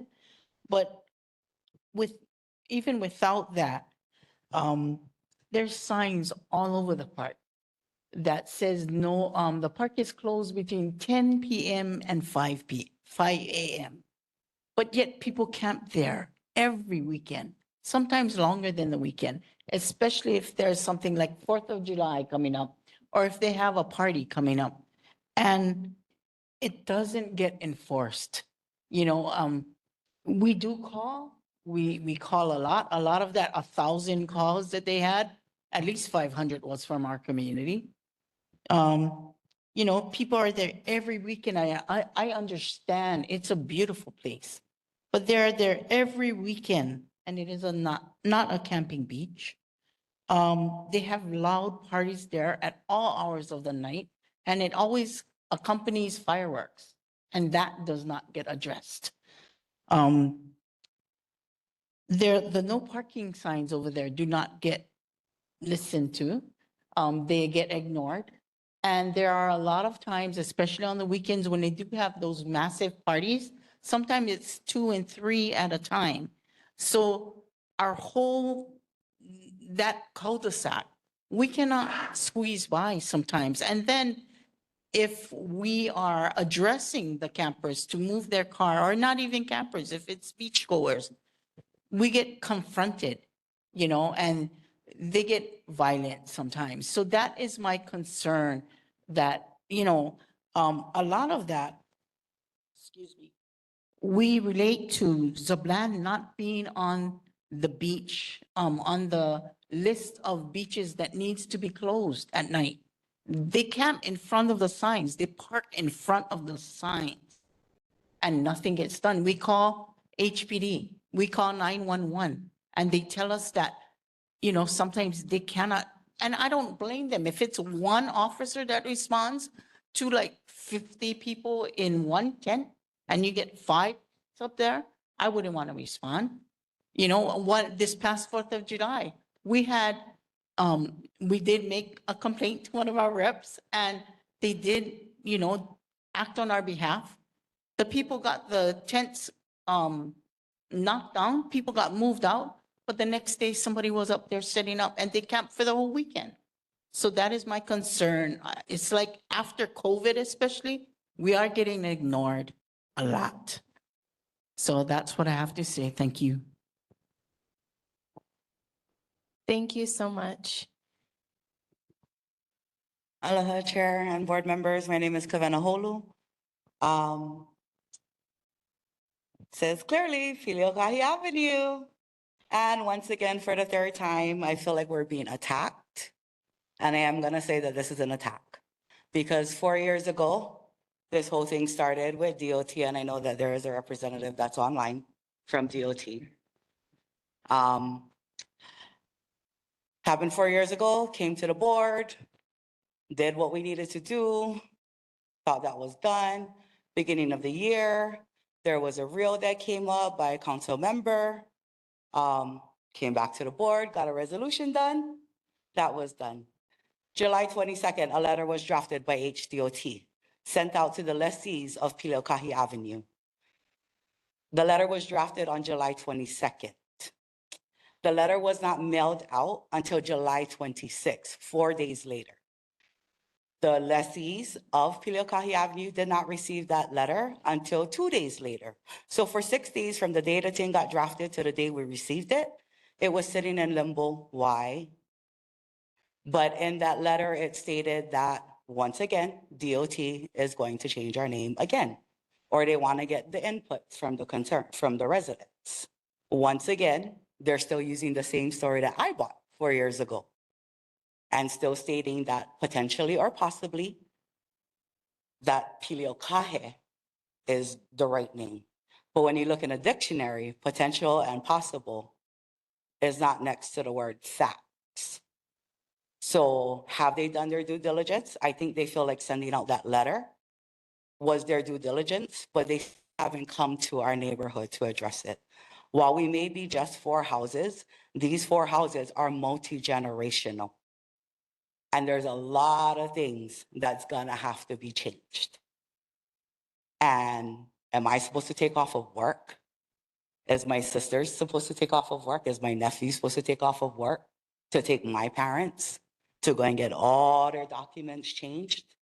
My parents are 74 years old. Can you imagine how much documents they got?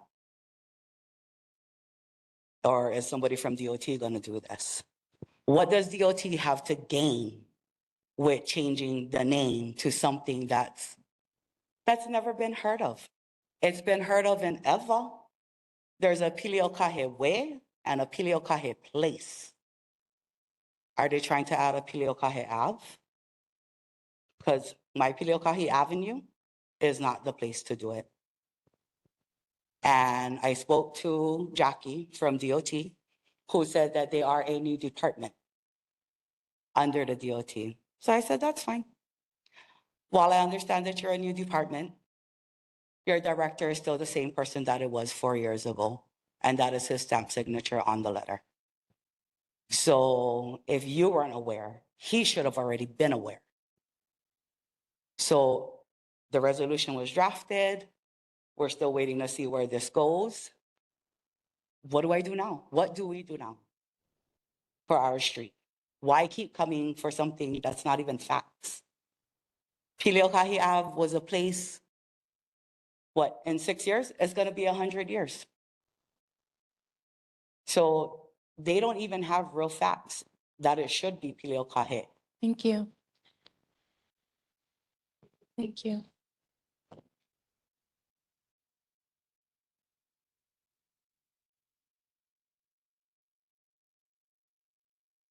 Aloha, Kaleso Zero.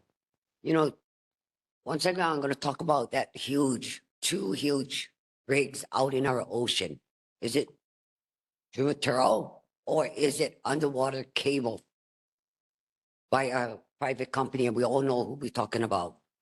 That's a big concern because if it's underwater cable, why did they not bring it up to this neighborhood board or the community residents so they'll know what's going on?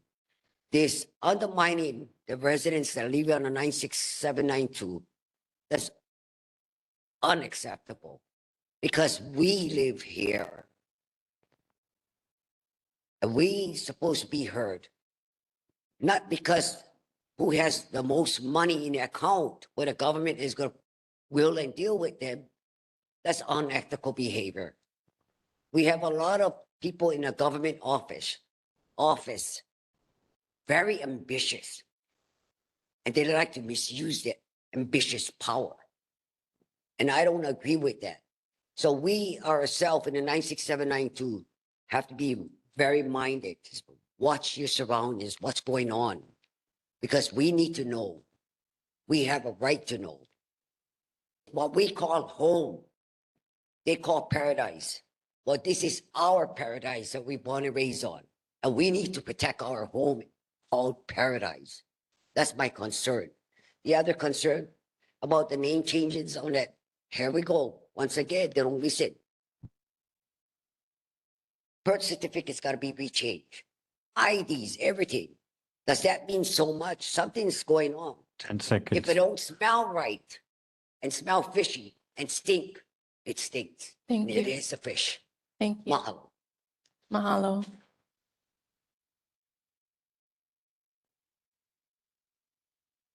Aloha, Kanoi Fuata. I come speaking on behalf of my parents, Eddie and Eva Holu from Piliokahi Avenue. You know, like my sister was saying, it's come up again. I guess maybe my question is how you helped us on the last meeting. And so we have senators, we have district representatives, we have council members, and this really is on the state side. And so what other avenues could our Ohana go down to get all of you, along with our representatives and our senators and everyone that represents us? What else can we do? You know, my sister said it feels like we're being attacked, and I guess you can't help feel that way because there's only 4 families over there. And so I don't like confrontation. I don't like confrontation. But I do love resolution. And so I like to solve problems. I like to mediate and mitigate. And so, and I like to do it collectively. And so if this board, along with every representative, every member that represents our voice, the four families, what help us and guide us? What can be done? Because each of you have done so much, especially Auntie Mapuana has done so much. And so that's one. The next one is, I just want to acknowledge, it does take a village to accomplish anything. And so that SRO, mahalo to all of you that had a hand in it. Not just one person, right? It does take a village. Mahalo. Mahalo. Any further community concerns? Anybody online would like to speak on community concerns? Okay. Moving on to our state and city official monthly reports, we have Governor Josh Green's representative. Excuse me, Madam Chair, Oh. excuse me. Can you refer them to the Hawaiian Affairs? Please attend the Hawaiian Affairs Committee to address the concern about language and change its tomorrow evening here at the Nānākuli Public Library. Additionally, attend the Parks and Recreation Committee meeting with our chair, James Cowles, on the last Tuesday at Nānākuli Beach Park. Mahalo. State and city official monthly reports. Governor Josh Green's representative, Riley Eel.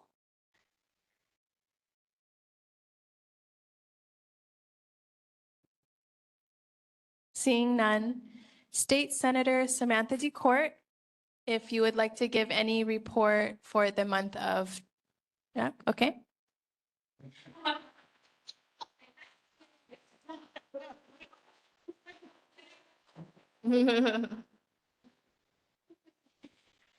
With her report during presentations, we will move on to our next official, State Representative Darius Kila, who is not able to join us this evening. He did send an email. State Department of Transportation, Mel Chung. Hi, good evening. My name is Mel Chung. So I'm a new representative for DOT. So I would like to provide you 5 project updates for DOT project. The project number 1 is the work order for the interim left turn signal at Fenton Highway at Lehoku Street has been completed. We are currently waiting for the electrical contract to be executed before construction can begin. Project number 2, Fenton Highway Bridge Replacement, Ulehawa Stream Bridge. Currently is on track to advertise for bid in December 2026 or January 2027. Project number 3, Fenton Highway Widening, vicinity of Mohihi Street and Nānākuli Avenue. It's going out to bid later this month or early next month. The scope of work is include to add a 5th left turn lane at various intersections and sidewalk improvement on the Mauka side of the street. Construction is estimated to take about 2 years and may start early next year. Project number 4. The traffic signal modernization projects are currently in design. The project will upgrade traffic signal poles, improve ADA accessibility, and evaluate roadway lighting. In the Nānākuli-Māʻili area, the project includes the intersection of Fenton Highway and Piliokahi Street and Fenton Highway and Haleakala Avenue, the Mauka signal only. These projects are anticipated to be advertised in 2027 and 2028.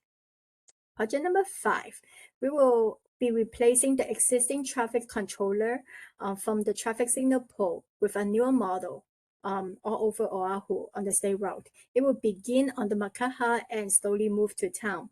So 7 intersections in Māʻili, Nānākuli area are selected to have additional sensor and adaptive technology. The project is estimated to begin construction next month. So these are my update. I will also put my update in the chat box. Thank you so much. Any questions from the community for Hawaii Department of Transportation?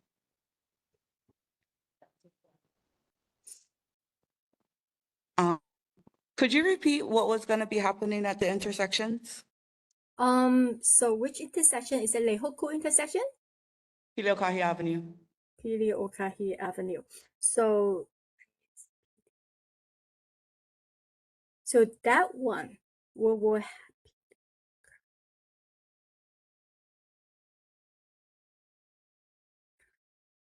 So we're gonna modernize the traffic signal. We will replace the traffic signal in that intersections with new pole, improve the ADA accessibility and roadway lighting.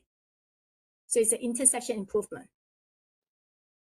How will that affect us as residents getting in and out of that street? So that one while we replacing the signal, we will update the traffic controller. So eventually, like if we're gonna have the traffic more sensor, if we're gonna put the adaptive signal technology, it might make the traffic flow a little bit better. Right, but how does that affect us while the construction is going on as the residents on that street that need to get in and out daily? I will have to get back to you. Is it gonna be something at night, something during the day? That project is still in design. We don't know whether it's gonna do night work or day work yet. When I have the information, I will get back to you. But it's starting next month. No, that one is 2027, 2028. Okay, thank you. Thank you. Aloha. Hi. Pele Salcedo. You know, I don't want to sound like a broken record, yeah? But I came in several times asking for the mayor to come out with his town hall. But I know we had a Kona Loa, we have a lot of storms, but it's not going to kill him to give the whole 96792 at least 2 to 3 hours of his time. After all, he's the mayor. Ain't the people his constituents too? That's all I have to say. So could you please tell him, take the time of day, like he take in Chinatown, to come and visit us? We like to show aloha. So where is he? Where is he? Aloha. Mahalo. Thank you. Anybody act with aloha? Thank you. Any further questions from the community? Seeing none. Questions from our board members? Board Member Tector, Board Member Myers. Hi, my question would be, in the process of all that you had mentioned is in design, is it possible to get to the board, since Kona Lowe's, the roads that you're going to prioritize, what and where you're going to work on each section on the west side, 96792. That is to include that hill, which is by Black Rock, because it is sliding. And the amount of big rigs that's coming in, I think it's key along the coast to Makaha, the roads, because we're looking into more bad weather to come. So if it's possible to give us a chronological timetable that which roads you're going to work on, because it is all bad on the west side. Thank you. All right, thank you. Thank you. Board Member Myers. Thank you, Chair. First, I could not understand your report. You went through some of it fast. So I'd like you to email our chair your actual written report that you read so that we can get clarification of some of the details that you stated that I couldn't understand. Okay. Well, are you online? Yes, I am. Okay, I see your video. Okay. My second request is this. Who is the individual that requested for Department of Transportation to change the name of Pili-o-Kahi to Pili-o-Kahe? Also, who in the state requested for Department of Transportation to change Haleakala to Heleakala? And the reason why I ask that is that there's Pilina. If you understand what Pilina means that Pili, that there's unification in, so each of these individuals that live on those streets have Pilina to that name. Since 1930, Heleakala or Haleakala was in their leases called Haleakala. So I'm wondering, who is the individual that's behind this that wants to change Hawaiian Homeland's street names to another name by changing one vowel? Secondly, why is the Department of Transportation not changing Matson container names that are in Honolulu, or names of flowers that are in street names in Honolulu? There's a street I remember in Kalihi called Happy Street. So why are you not changing those names to have Pilina to this?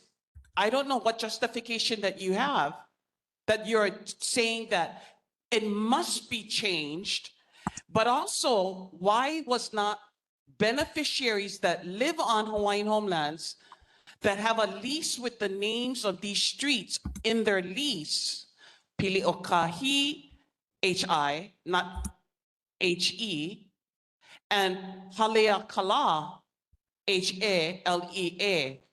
So an individual that lives on Haleakala received a letter saying that you are now looking into changing the name, but you had reached out to our chair and you stated that you will meet with our transportation board committee in order to get input from our community regarding the street name change proposal. But when you come to our meeting, please tell us the individual that requested these name changes.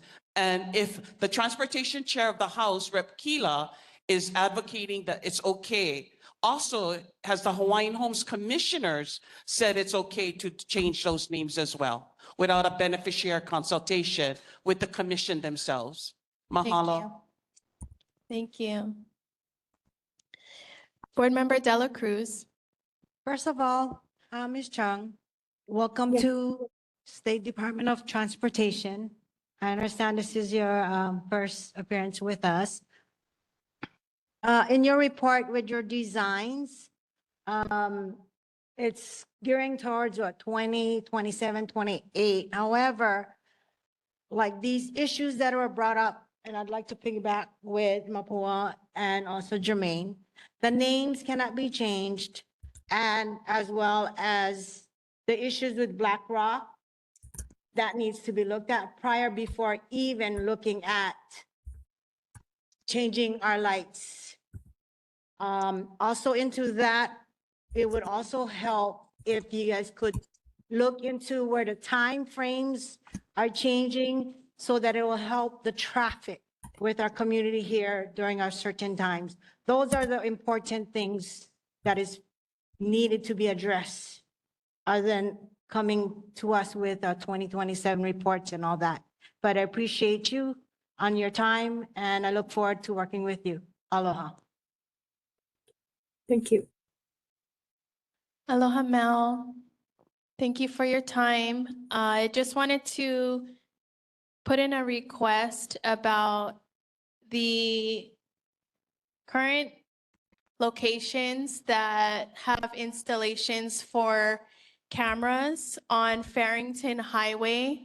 You talked about the sensors and the project that you're going to be proposing, but there is currently a camera located on Farrington Highway facing the Department of Hawaiian Homelands,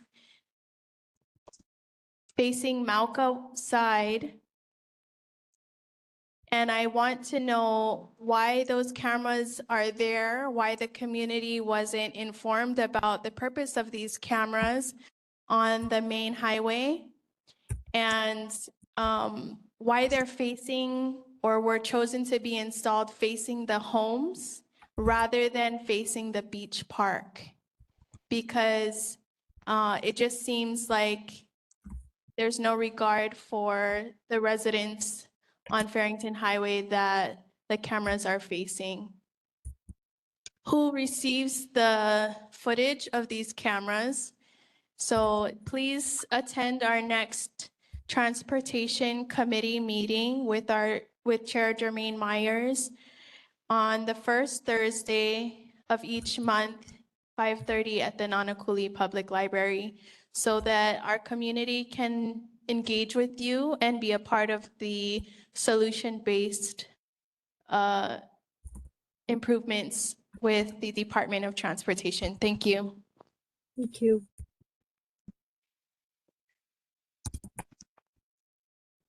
Any further questions?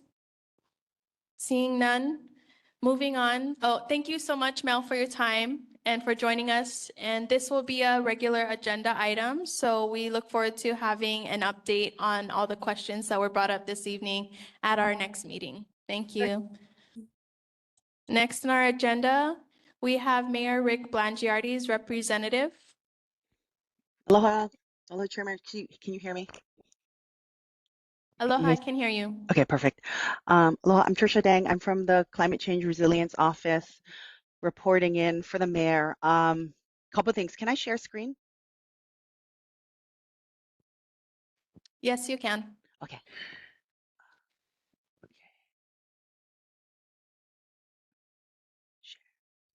Okay, the first thing we're going to share today is we have the Youth Climate Action Fund. It's a really great program, and if your youth are still in the audience, can you guys please take note? It's a really awesome program.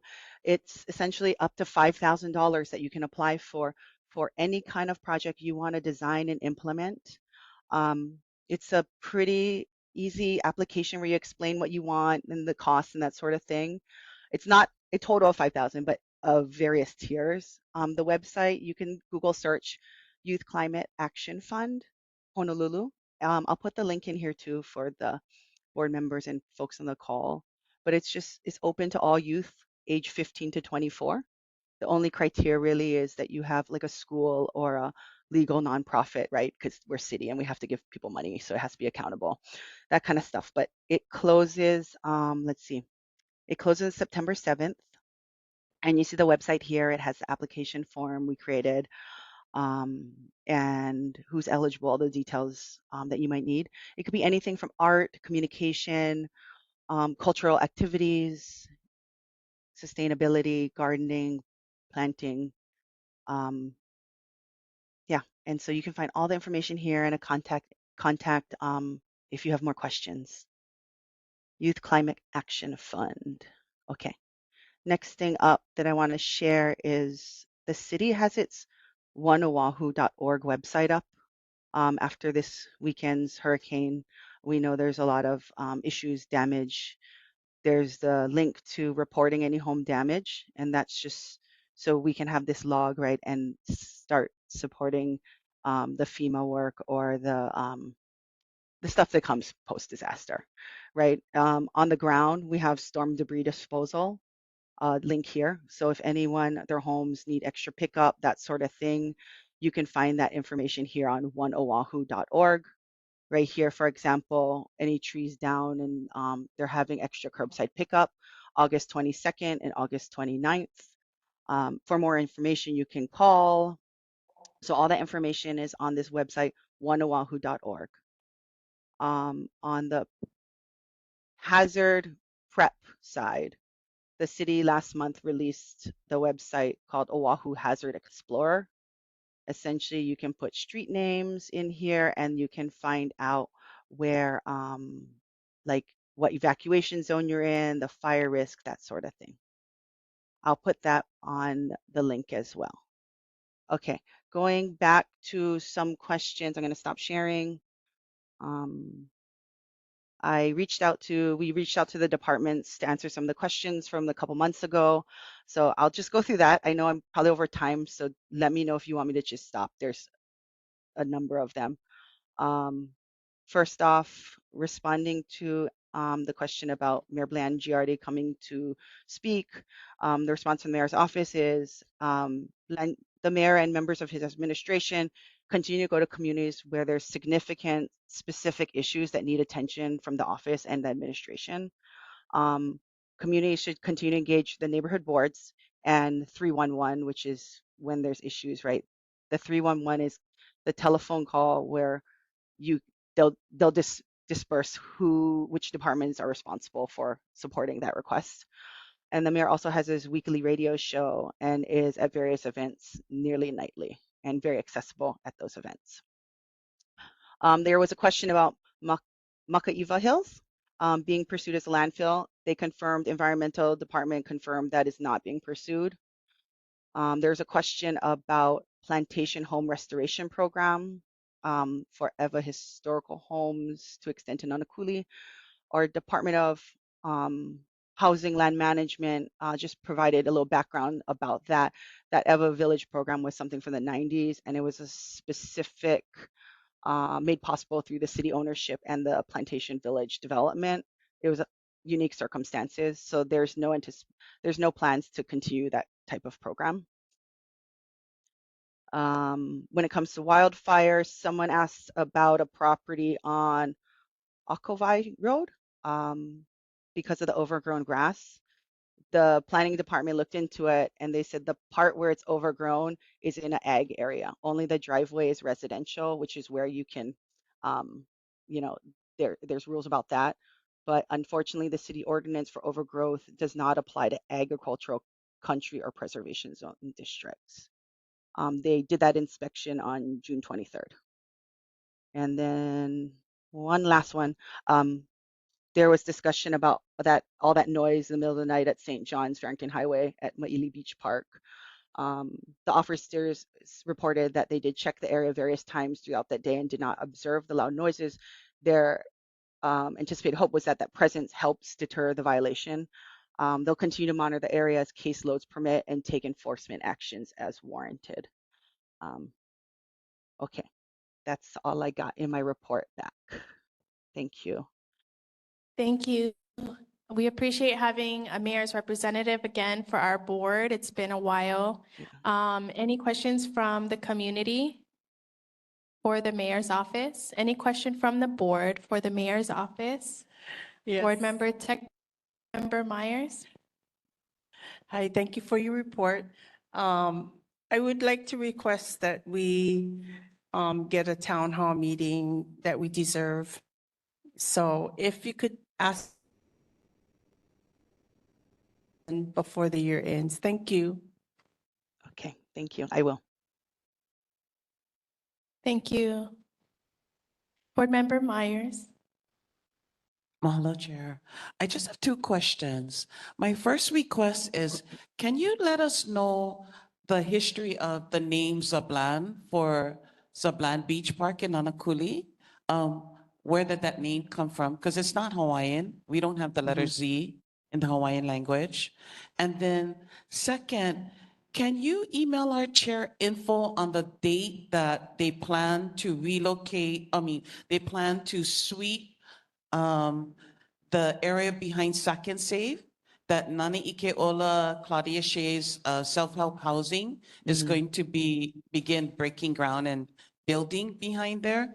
Because my concern is that whoever's living there currently, I wanted to know the number of individuals that have been identified that are living behind there, and probability that they're going to look for another place along the Waianae coast to shelter down in. And so I just wanted to get information about the date of the sweep and what is the plan, because many of them are going to relocate to another place on the Waianae coast. Mahalo. Okay, will do. Thank you. Board member Weaver. Yes, I had just maybe clarification and maybe followed up with the question if the answer, okay. So my question was the Waianae refuge site, was it closed the following day of the hurricane? Because that's what was told to me, as we had some trucks full of debris. So I was wondering, was it closed? And if so, my question is, why would a convenience center be closed precisely after a day of the hurricane? When people are trying to dispose of, whether it be the debris. We were a part of the cleanup by Senator DeCourt, and there was so much debris, but there are also other sites that needed to dispose of quite a bit of stuff, and their trucks were full. And so that's my question. To clarify, was it closed? And if so, why would it be closed? And this is the Monday, right? This is the Waianae. No, on Monday. It was the Monday it was closed, right? Okay. Yeah, Okay. the day after.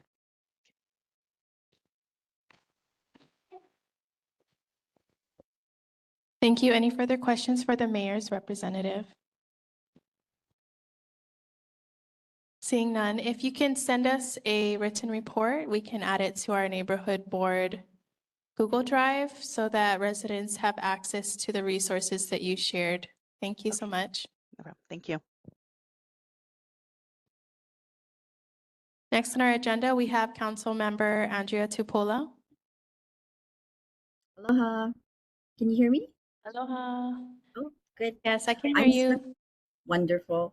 I'm Stephanie Nojima. I am from the Council Member Tupola's office.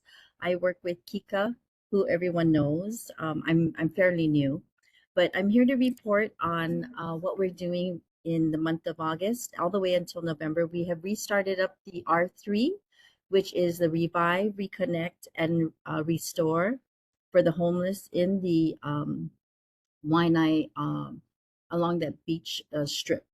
And so we've started it on August 10th, and we'll be out there on Mondays and Wednesdays.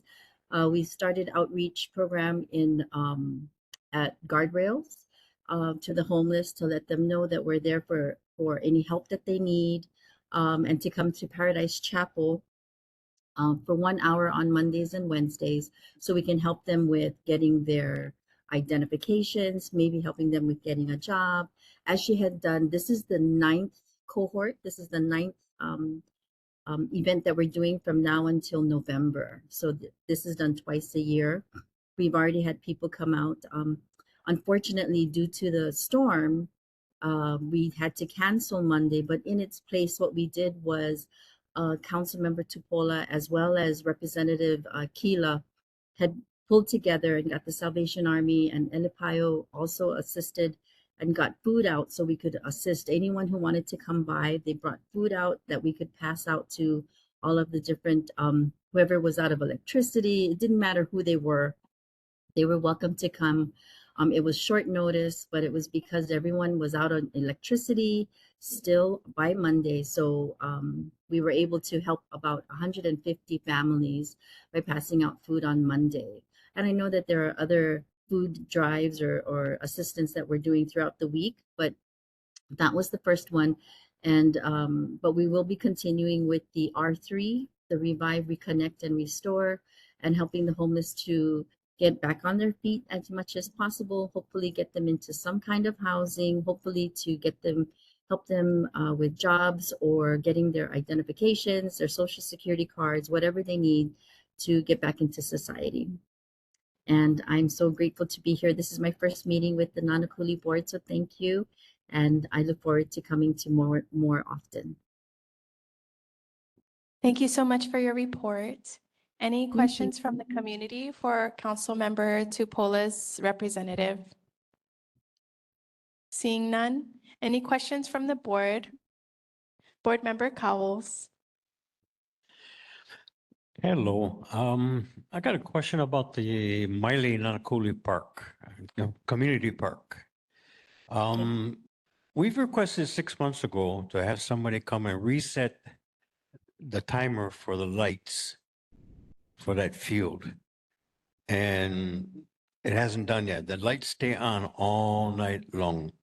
I just went by there Sunday, 3 o'clock in the morning, and the lights were on. I just wonder if we can get any help with getting those things turned off like it's supposed to.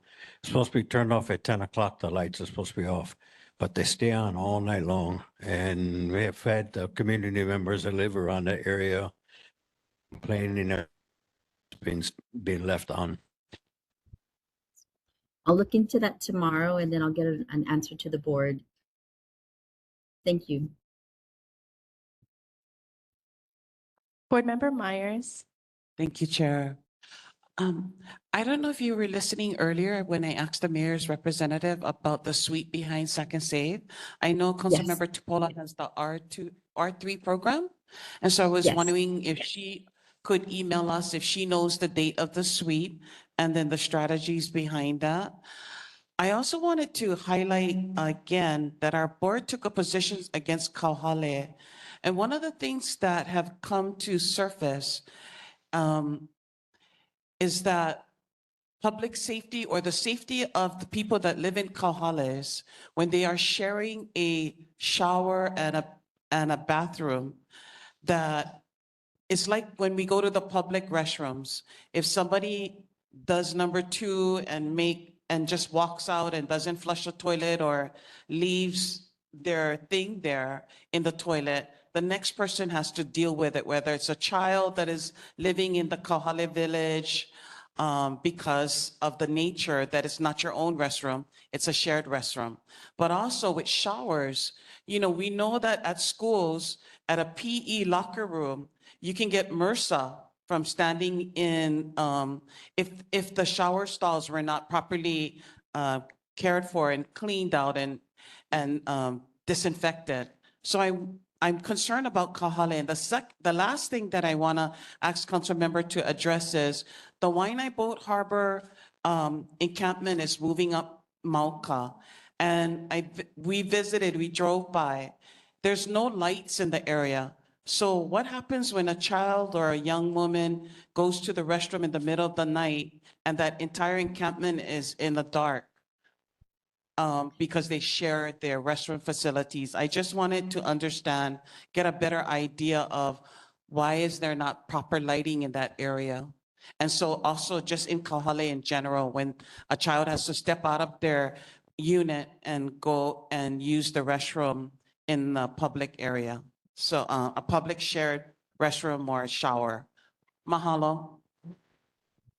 Thank you very much for those questions. I really appreciate it. I took notes so that we can get something right back to you immediately, because I know that this is very important, not just for the board, but for the community, as well as the health of and safety for all of those that live and in these different types of living. So I appreciate those questions.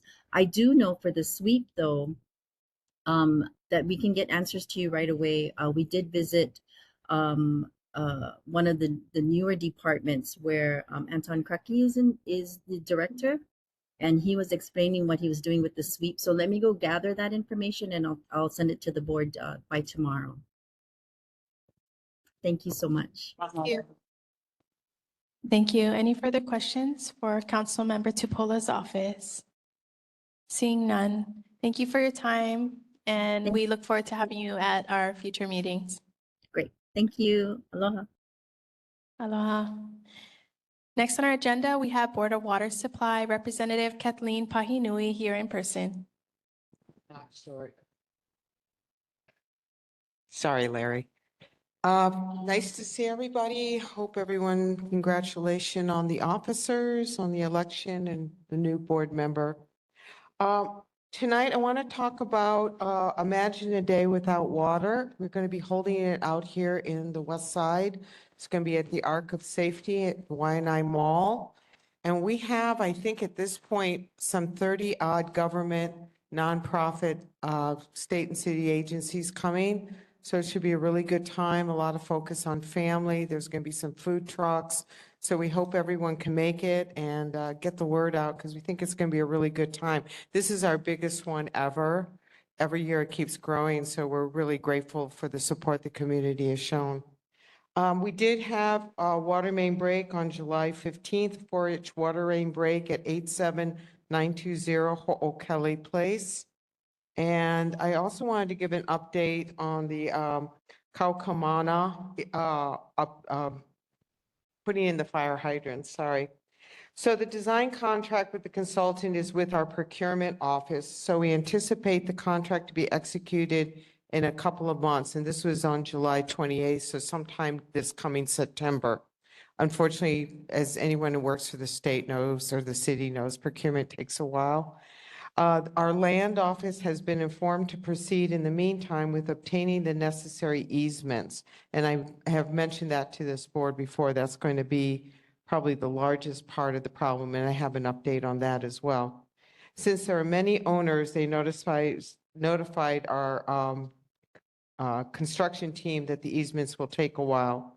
And we're not able to start the design on the project until we obtain the easements, which will then allow a topographical survey to be done, you know, because we can't just show up on people's property, because technically the road belongs to other people, not to the public. So on the easements, where we're at on that is for the people, what we call grantors, who we can identify and find contact information on. We are preparing the documents and sending it to them for execution and notarization. 3 out of the 60+ grants, so we've got a lot to do, have already been mailed and on the process of being mailed. And again, this was back at the end of July. So my hope is they've gotten a few more out since then. They're sending them by certified mail, return receipt request. We know that they're being received, and by who and when. And any that come back undeliverable, we're going to come to this board and ask for your help. Some of you graciously have offered to help us. And if we can't find all the information, again, I will be coming back to you. I'll contact the chair and hopefully we'll be able to get all that information. So that's our update on that. So the process, it's moving ahead. It's just going to be a little bit slow, especially dealing with the easement part is probably the biggest challenge that we have. Any questions?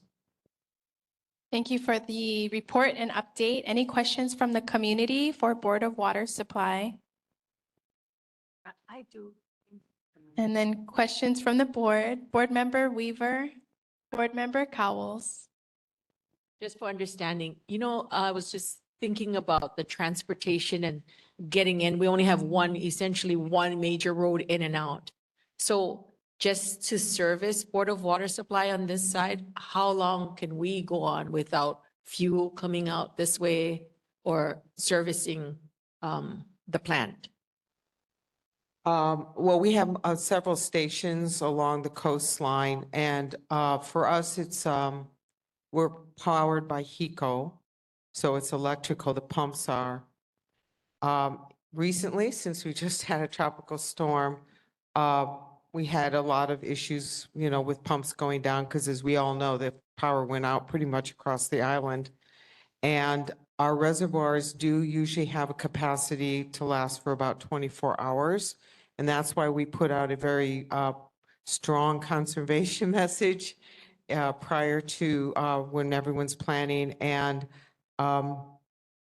we did find out that apparently people weren't getting that message. So when the electricity went out, you know, they didn't have water. And I guess they didn't have planning. So we're going to take that information and use that in a positive way to really encourage people the next time. Because the sad part is we got more storms coming. And, you know, we're probably going to get, I don't want to say hit, but we're probably going to experience a few more before the season ends. And as we know, there is no season anymore. The Kona lows happened outside of our normal season.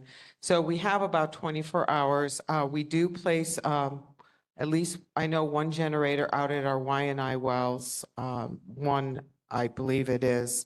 And so we do have a generator. Ernie is working on getting about 10 more generators that we can deploy around the island. I mean, if he has his way, I think he'd like to have a generator at every pump station, which is near 100. I think we have pump stations. We have a lot. So we're working on to ensure resiliency for the entire island. We know that this coast, one road in, one road out, it's difficult. We're also working on a study for a pipe. We have an old pipe along Farrington that actually comes through Nānākuli to see if we can reline it and use it as a redundant way to get water in here. So if the current pipe breaks, which unfortunately it has, and I know unfortunately you've all experienced the chaos that causes, but if that happens, then we have this secondary pipe that will still provide water to the community. So we're constantly looking at ways to improve and update and to ensure redundancy for the community. I just want to say thank you because I experienced Eva and Iniki. We have way more residents on our side to service and to not have the resources to fuel us on this end. That's just that, you know. No, I hear you have over almost 60,000 people living in this zip code. That's a lot of people. That's, a good quarter of the population on the island. Thank you. Board Member Cowles. Hi, Kathleen. Pretty soon I'm gonna have to ask you for your autograph, because pretty soon I'm gonna have to ask you for your autograph, because I've seen you on TV so many times. I've been talking to all my neighbors that live around by me. Well, I shouldn't say all of them, maybe about 5, 6 of them. And they said that they received a letter in the mail from the Board of Water Supply stating that you folks will be moving our water meters from the corner of the house to in front of our houses Okay, that could be, I am not aware of that, but yeah. on St. John's Road. Well, if you look at the map, you look at the Google map, it'll tell you Kaukamana, but it's not Kaukamana, it's St. John's. Yeah. And that back road, all our water meters are at the corners. Mhm. And I was just wondering if you had any word about that. No, they don't necessarily keep me informed on everything that they do. Is there anything you have a concern about that I can go back? Well, it would help me because the problem I'm having is my water meter is right there on the corner, maybe about an inch off the road. And these guys with these big buses and. We've had the issue before, Brad. We came out and fixed the one, yeah. So you kind of want to know where we're going to move them to? Yeah, well, I was wondering if I could get it moved to front of my house. If all the other neighbors going to have theirs moved, they say they got a letter from the Board of Water Supply, but I haven't gotten one yet.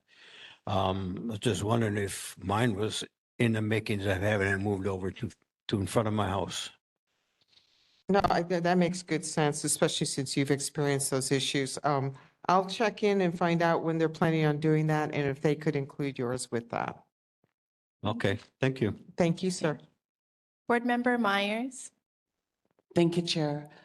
Kathleen, at a recent Transportation Housing Joint Committee meeting, 2 of our board members, Board Member Weaver and Board Member Cowles, brought up something that is concerning. So when you come over into Nānākuli after Hiko, and then you come over the hill, that's called Black Rock. There's a beach right there, and then on your right, we start Hawaiian Homelands. Okay, so in the past, there's been a water main break there, and that's, our Farrington Highway. And then it caused a sinkhole. So our concern is, who will be responsible for doing a study to see if the foundation under the water main break or the water pipes have been compromised? Because that is a hill. And so if that thing gets compromised and the road gets damaged beyond repair, or there's going to be a whole problem with 60,000 plus of us getting home. And so I just want to be proactive. Our committee wants to be proactive. If you can help us with that? Yeah, I'll look into it. I'm not sure whose responsibility would be long-term, but let me look into it and talk to our team and find out what I can get back to you on. Okay, Rep. Kila is going to have a town hall meeting on September 2nd, Wednesday, in which he and Councilmember Tupuola are doing a joint town hall on transportation. Oh, good. And so I'll ask them at the time as well, but we wanted to try to address very good about Board of getting- Water Supply. Yeah, they're both very good about reaching out to me on issues. So I'll try and get something to them and to you, Chair and Vice Chair, prior to, so that's September 2nd, right? Yes. Okay, I'll try and get something to you before that meeting. Awesome. Thank you. Thank you. We have one resident concern. Aloha, Kaliso. You know, as Board Member Jermaine had mentioned at Black Rock, a lot of the residents had suffered because of that water main break. They're still trying to figure out who's responsible because all that water, when a house is low, the foundation has shifted. I have been into several of the homes, and I don't think it's right that the the resident, the lessees should pay for it. So somebody needs to be responsible for that break, or how was the break, whether it was an old pipe or anything. But we have a lot of residents out there, the foundation has shifted. And I'm not just talking about one house or two houses, several, but they're too afraid to say something because they don't want to be a target by the HHL, but they have a right to know who's responsible. That was one of the things. The other thing is water is life. And you mentioned about the pipes, the pumps. With the amount of kupunas we have here, native kupunas on this, and electricity going off, and we have another storm coming. I think these folks should make this a priority because number one, we're always the last we're always the last to receive assistance, the kupunas. We're always the last. And I think just by figuring out, we're going to figure it out, it's unacceptable. We have to think about what's going on with us in the 96792. We'll only have one way in, one way out. Thank you. So that's my concern. Please, yeah. And that will clear on your concern, second one. What is it you're asking for? The pump, if you guys have pumps, I think it should be majority because we have a lot of kapunas out here and yeah, generators, pumps. Thank you. We're paying a lot of money. Let's get it done, honey. Thank you. Thank you. No, that's exactly, I mean, I know Ernie, that's a concern of his. We talked quite a bit the last few days about resiliency and getting off the grid. And why generators are great, they still need to run on diesel and we still need to get the diesel. But yeah, I hear you and it is a concern and it's something we take very seriously. I mean, this isn't, and no disrespect, but we have the same issue actually around around the island, even the windward side, Hau'ula, lots of issues over there too, with, water resources and pumps going out and things like that. But I'll definitely take that back to Ernie and let him know and share that with him. Thank you for your concern. Thank you. Board Member Ayo. I'm going to use your flyer here. And I'm looking at treated water, the bottom right goes to the ocean. Am I correct? Looking at it? The treated water. That would come from the waste, For the waste. Yeah, I'm not an expert in that, but I believe it does.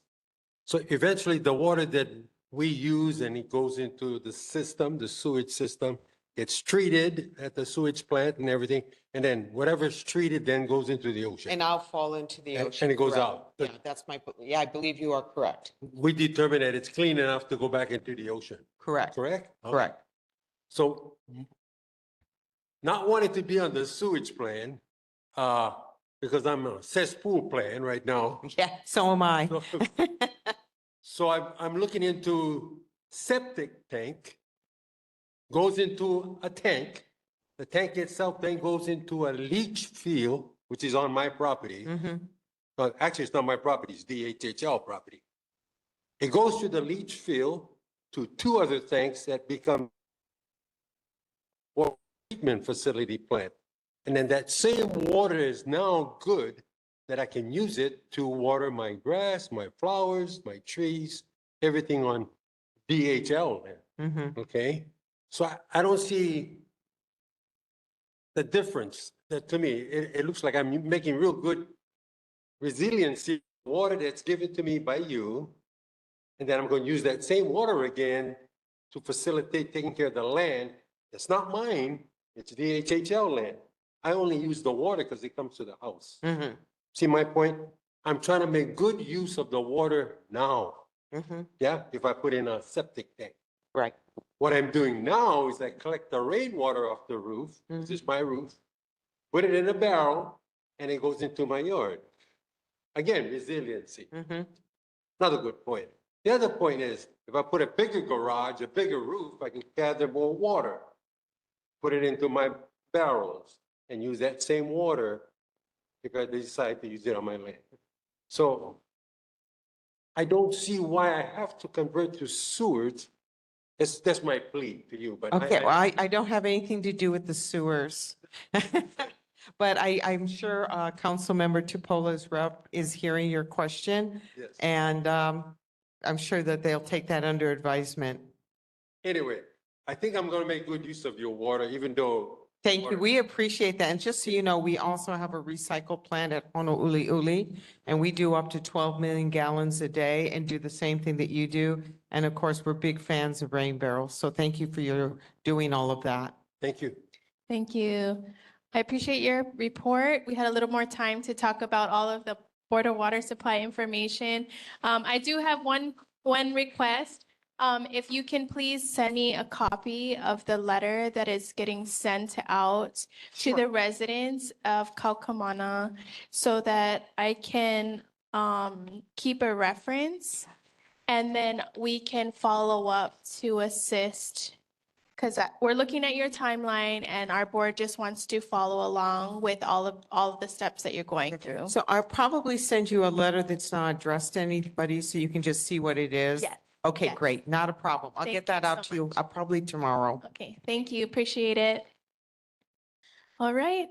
So next on our agenda, we have board business.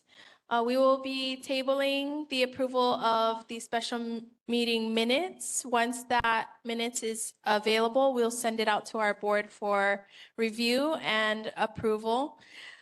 Next on our agenda, we have board member July 2026 attendance at committee meetings and/or public hearings.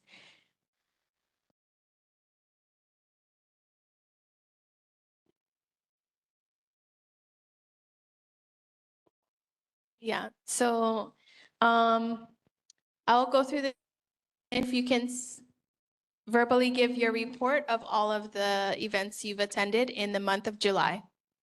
Board member Ayo.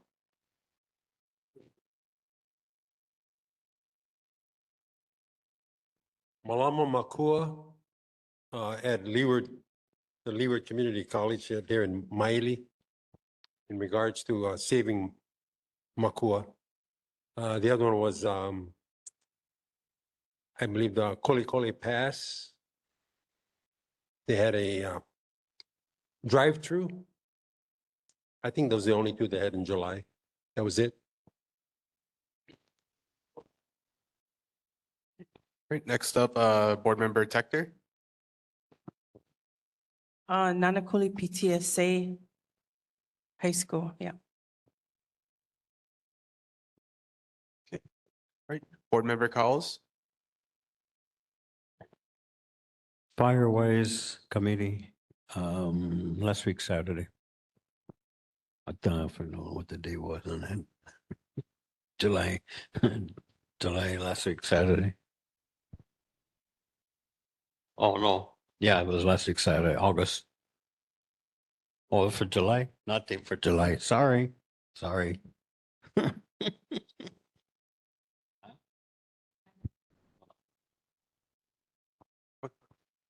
Just for reference again for the board members, this is for the July 2026 attendance at community meetings and or public hearings.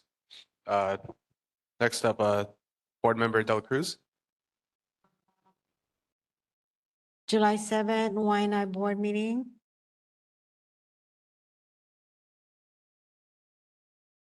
Cash flow, July 9th, Hilton.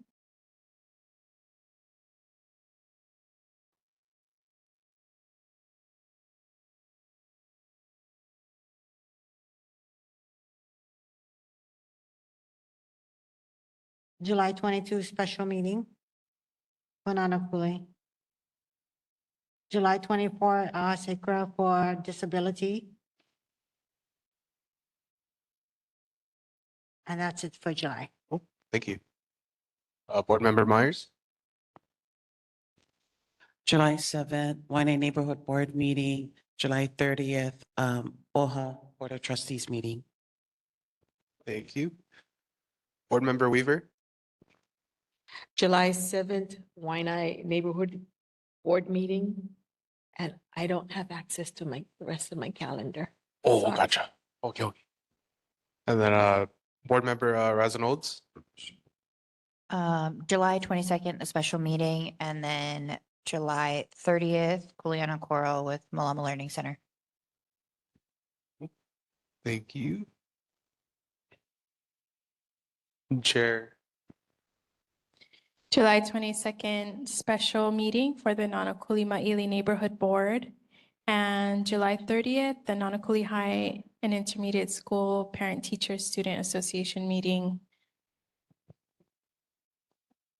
Thank you, everyone. Next on our agenda, we have a special meeting for the legislative priorities Monday, September 21st, 6 p.m. at the Nānākuli Public Library. I'm asking that all committee chairs focus this month's meetings on resolutions addressing legislative needs and proposals for the 2027 legislative term. So we have the opportunity to prepare in advance and prioritize these for our legislators to propose in the upcoming year. So if your agenda is submitted and you've already gone through that, please make sure you have something for legislative priorities on your next committee meeting agenda. So please mark your calendars. I'd like to entertain a motion for this special meeting. Chair, I move that our Nānākuli-Māʻili Neighborhood Board hold a special meeting to discuss legislative priorities on Monday, September 21st, 2026 at 6 p.m. at the Nānākuli Public Library. I second. Any discussion? We'll take a vote. All those opposed say nay. Any abstentions? Motion carries. We will need to have at least quorum, which is 5 board members present in order for this meeting to occur. If you are unable to attend, please let me know by email in advance so we can prioritize and plan to have quorum.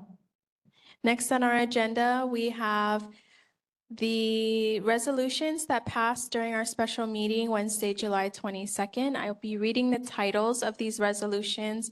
All are available on our Google Drive.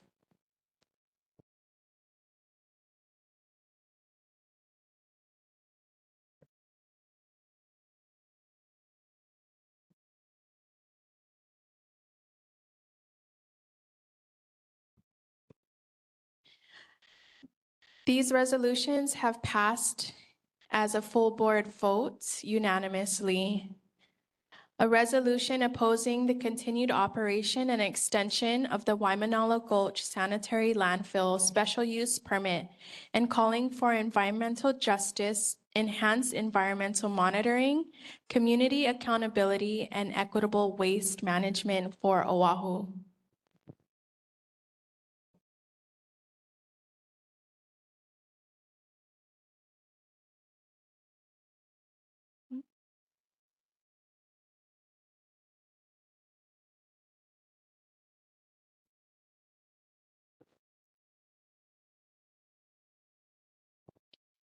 The next resolution, a resolution recognizing and commending Kuleana Coral Restoration for surpassing 10,000 corals planted, advancing community-based reef restoration, and supporting the continued protection and restoration of Hawaii's coral reefs.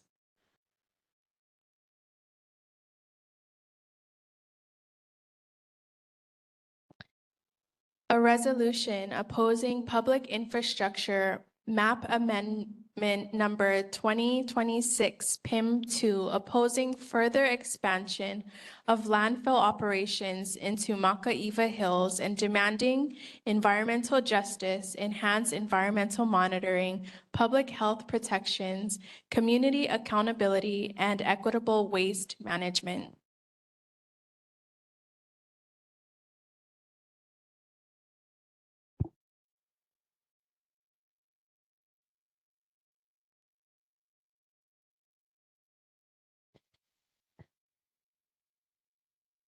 Nānākuli-Māʻili Neighborhood Board supporting the implementation of the Lualualei flood mitigation studies to protect public safety, agricultural lands, homes, emergency access, and community resilience.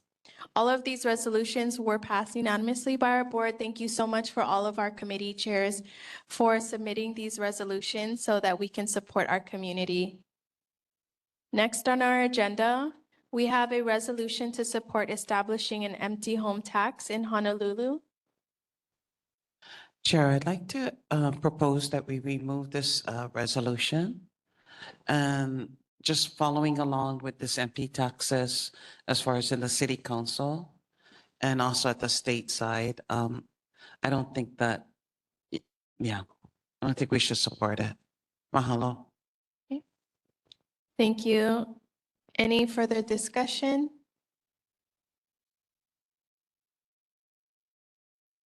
Okay, this item will be removed. And next on our agenda, resolution asking the city and county of Honolulu to install appropriate signage to the Maʻili District Park and distinguished field lights of park closure daily at 10 p.m.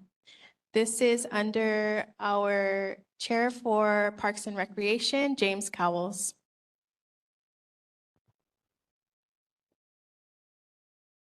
You have your resolution to read for the community.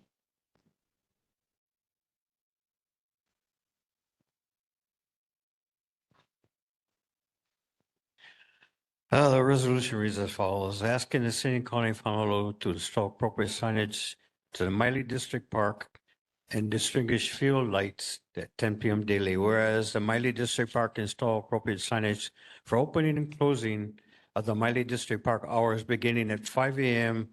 and 10 p.m. daily at all entry and exit park areas. Whereas the Maʻili District Park install appropriate signage to include all-terrain vehicles, no electronic vehicles, e-bikes, no mopeds, no dirt bikes on the Maʻili District Park field to include any park area that is fenced. Whereas the Maʻili District Park install appropriate signage along the fence line and at each park entry and exit areas, restrooms, and basketball courts area to include no alcoholic beverages, no loud music, and no community parties. Be resolved that Nānākuli-Māʻili Neighborhood Board respectfully requests that Honolulu City County Park Director complete the appropriate aforementioned signage items. Thank you. Entertain a motion. I'll make a motion for have for this resolution for install signage to have the park open and close at 10 p.m. and no dirt bikes or e-bikes and no alcohol beverage or anything on the park. I second.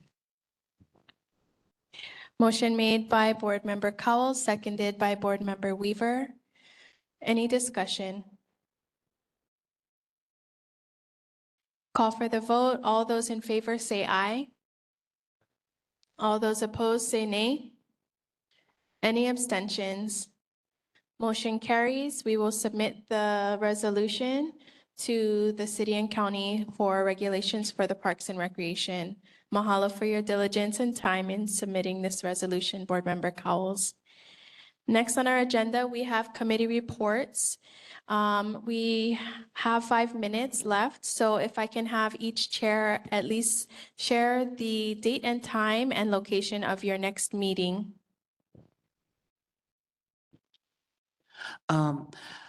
So Transportation and Housing and Zoning will be a joint committee meeting on the first Thursday, which is September 3rd, at 5:30 PM here in the Nānākuli Public Library in this room. Because one of the agenda items are going to have legislature initiatives, I'd like to ask that Vice Chair of Transportation calls, Vice Chair of Housing Zoning, Eel, and Member Weaver to come to the meeting with bills, resolutions, and budget proposals that you'd like to have from our committee proposed to the main board. And then Education Committee, so that meeting is from 5:30 to 7. Then again, on the first Thursday, Education Committee, it starts at 7:30 and ends at 9, same location here in this room. And I'm asking Vice Chair of Education Weaver and Member Ayu to also, again, bring education proposals, bills, resolutions, and budget proposals for us to present to the legislature, but first through our board, Mahalo. Mahalo. Hawaiian Affairs. Hawaiian Affairs will be meeting tomorrow night here at the library starting at 6. So I want to invite the public and we will be doing resolutions as well towards DHHL. Thank you. Land and Water. We will be meeting tomorrow as well, 7 o'clock right in the library, and look forward to the community joining us. Parks and Recreation. There will be a joint meeting. Not Tuesday, Thursday. Okay, the last Thursday. Okay. The last Thursday of the month between myself, Park Recreation, and Public Health and Safety Chair. And if Mr. Io has anything to add to that, then go for it. We have a better location now instead of Parks and Recs. We have Halimakana Community Center right here on Second Road. Right up the road here, Second Road. As a community center that we're allowed to use. It has the good facilities, got a restroom inside the room and enough to hold 25 people in the community center. So I can give you the address. It's 89-200 Lepeka Avenue,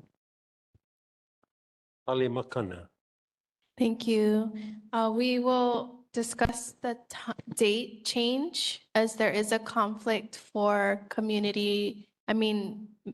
board members who are active in those committees to be present on that evening. So I think we might need to adjust it back to Tuesday, the last Tuesday. If not, you will not have quorum. So you folks can discuss that further. On to announcements. We have Oahu Clean Water Survey, Department of Environmental Services, active until Sunday, August 23rd. You can go to the surveymonkey.com/r/ENVIP survey. Please submit before August 23rd. Registration open for the Waianae Coast 2026-2027 National Board Candidate Cohort, bit.ly/2627COHORT. This is with sponsorship of In Peace. Anybody interested in getting National Board certification as a teacher, you're welcome to apply for this program and opportunity. August 15th and 16th, 2026, 9 a.m. to 1 p.m. Palehua Restoration, Waianae Mountain Range. Wednesday, August 26th, Meet the Chief, Waianae Talk Story. This is for the new HPD chief. If you are interested in learning more about their endeavors, You can go to the Waianae Talk Story session 6 to 8 p.m. at Waianae Coast Comprehensive Health Center. Wednesday, September 2nd, 2026, Transportation Town Hall with Representative Darius Keela, Councilmember Andrea Tupola, and transportation officials, 6 to 8 p.m., Nānākuli Public Library. Our next regular board meeting is on Tuesday, September 15, 2026 at 7 p.m. here at the Nānākuli Public Library and online via WebEx. Mahalo, everyone, for your time. We appreciate you for staying online, and we look forward to having a wonderful rest of our month. Mahalo nui.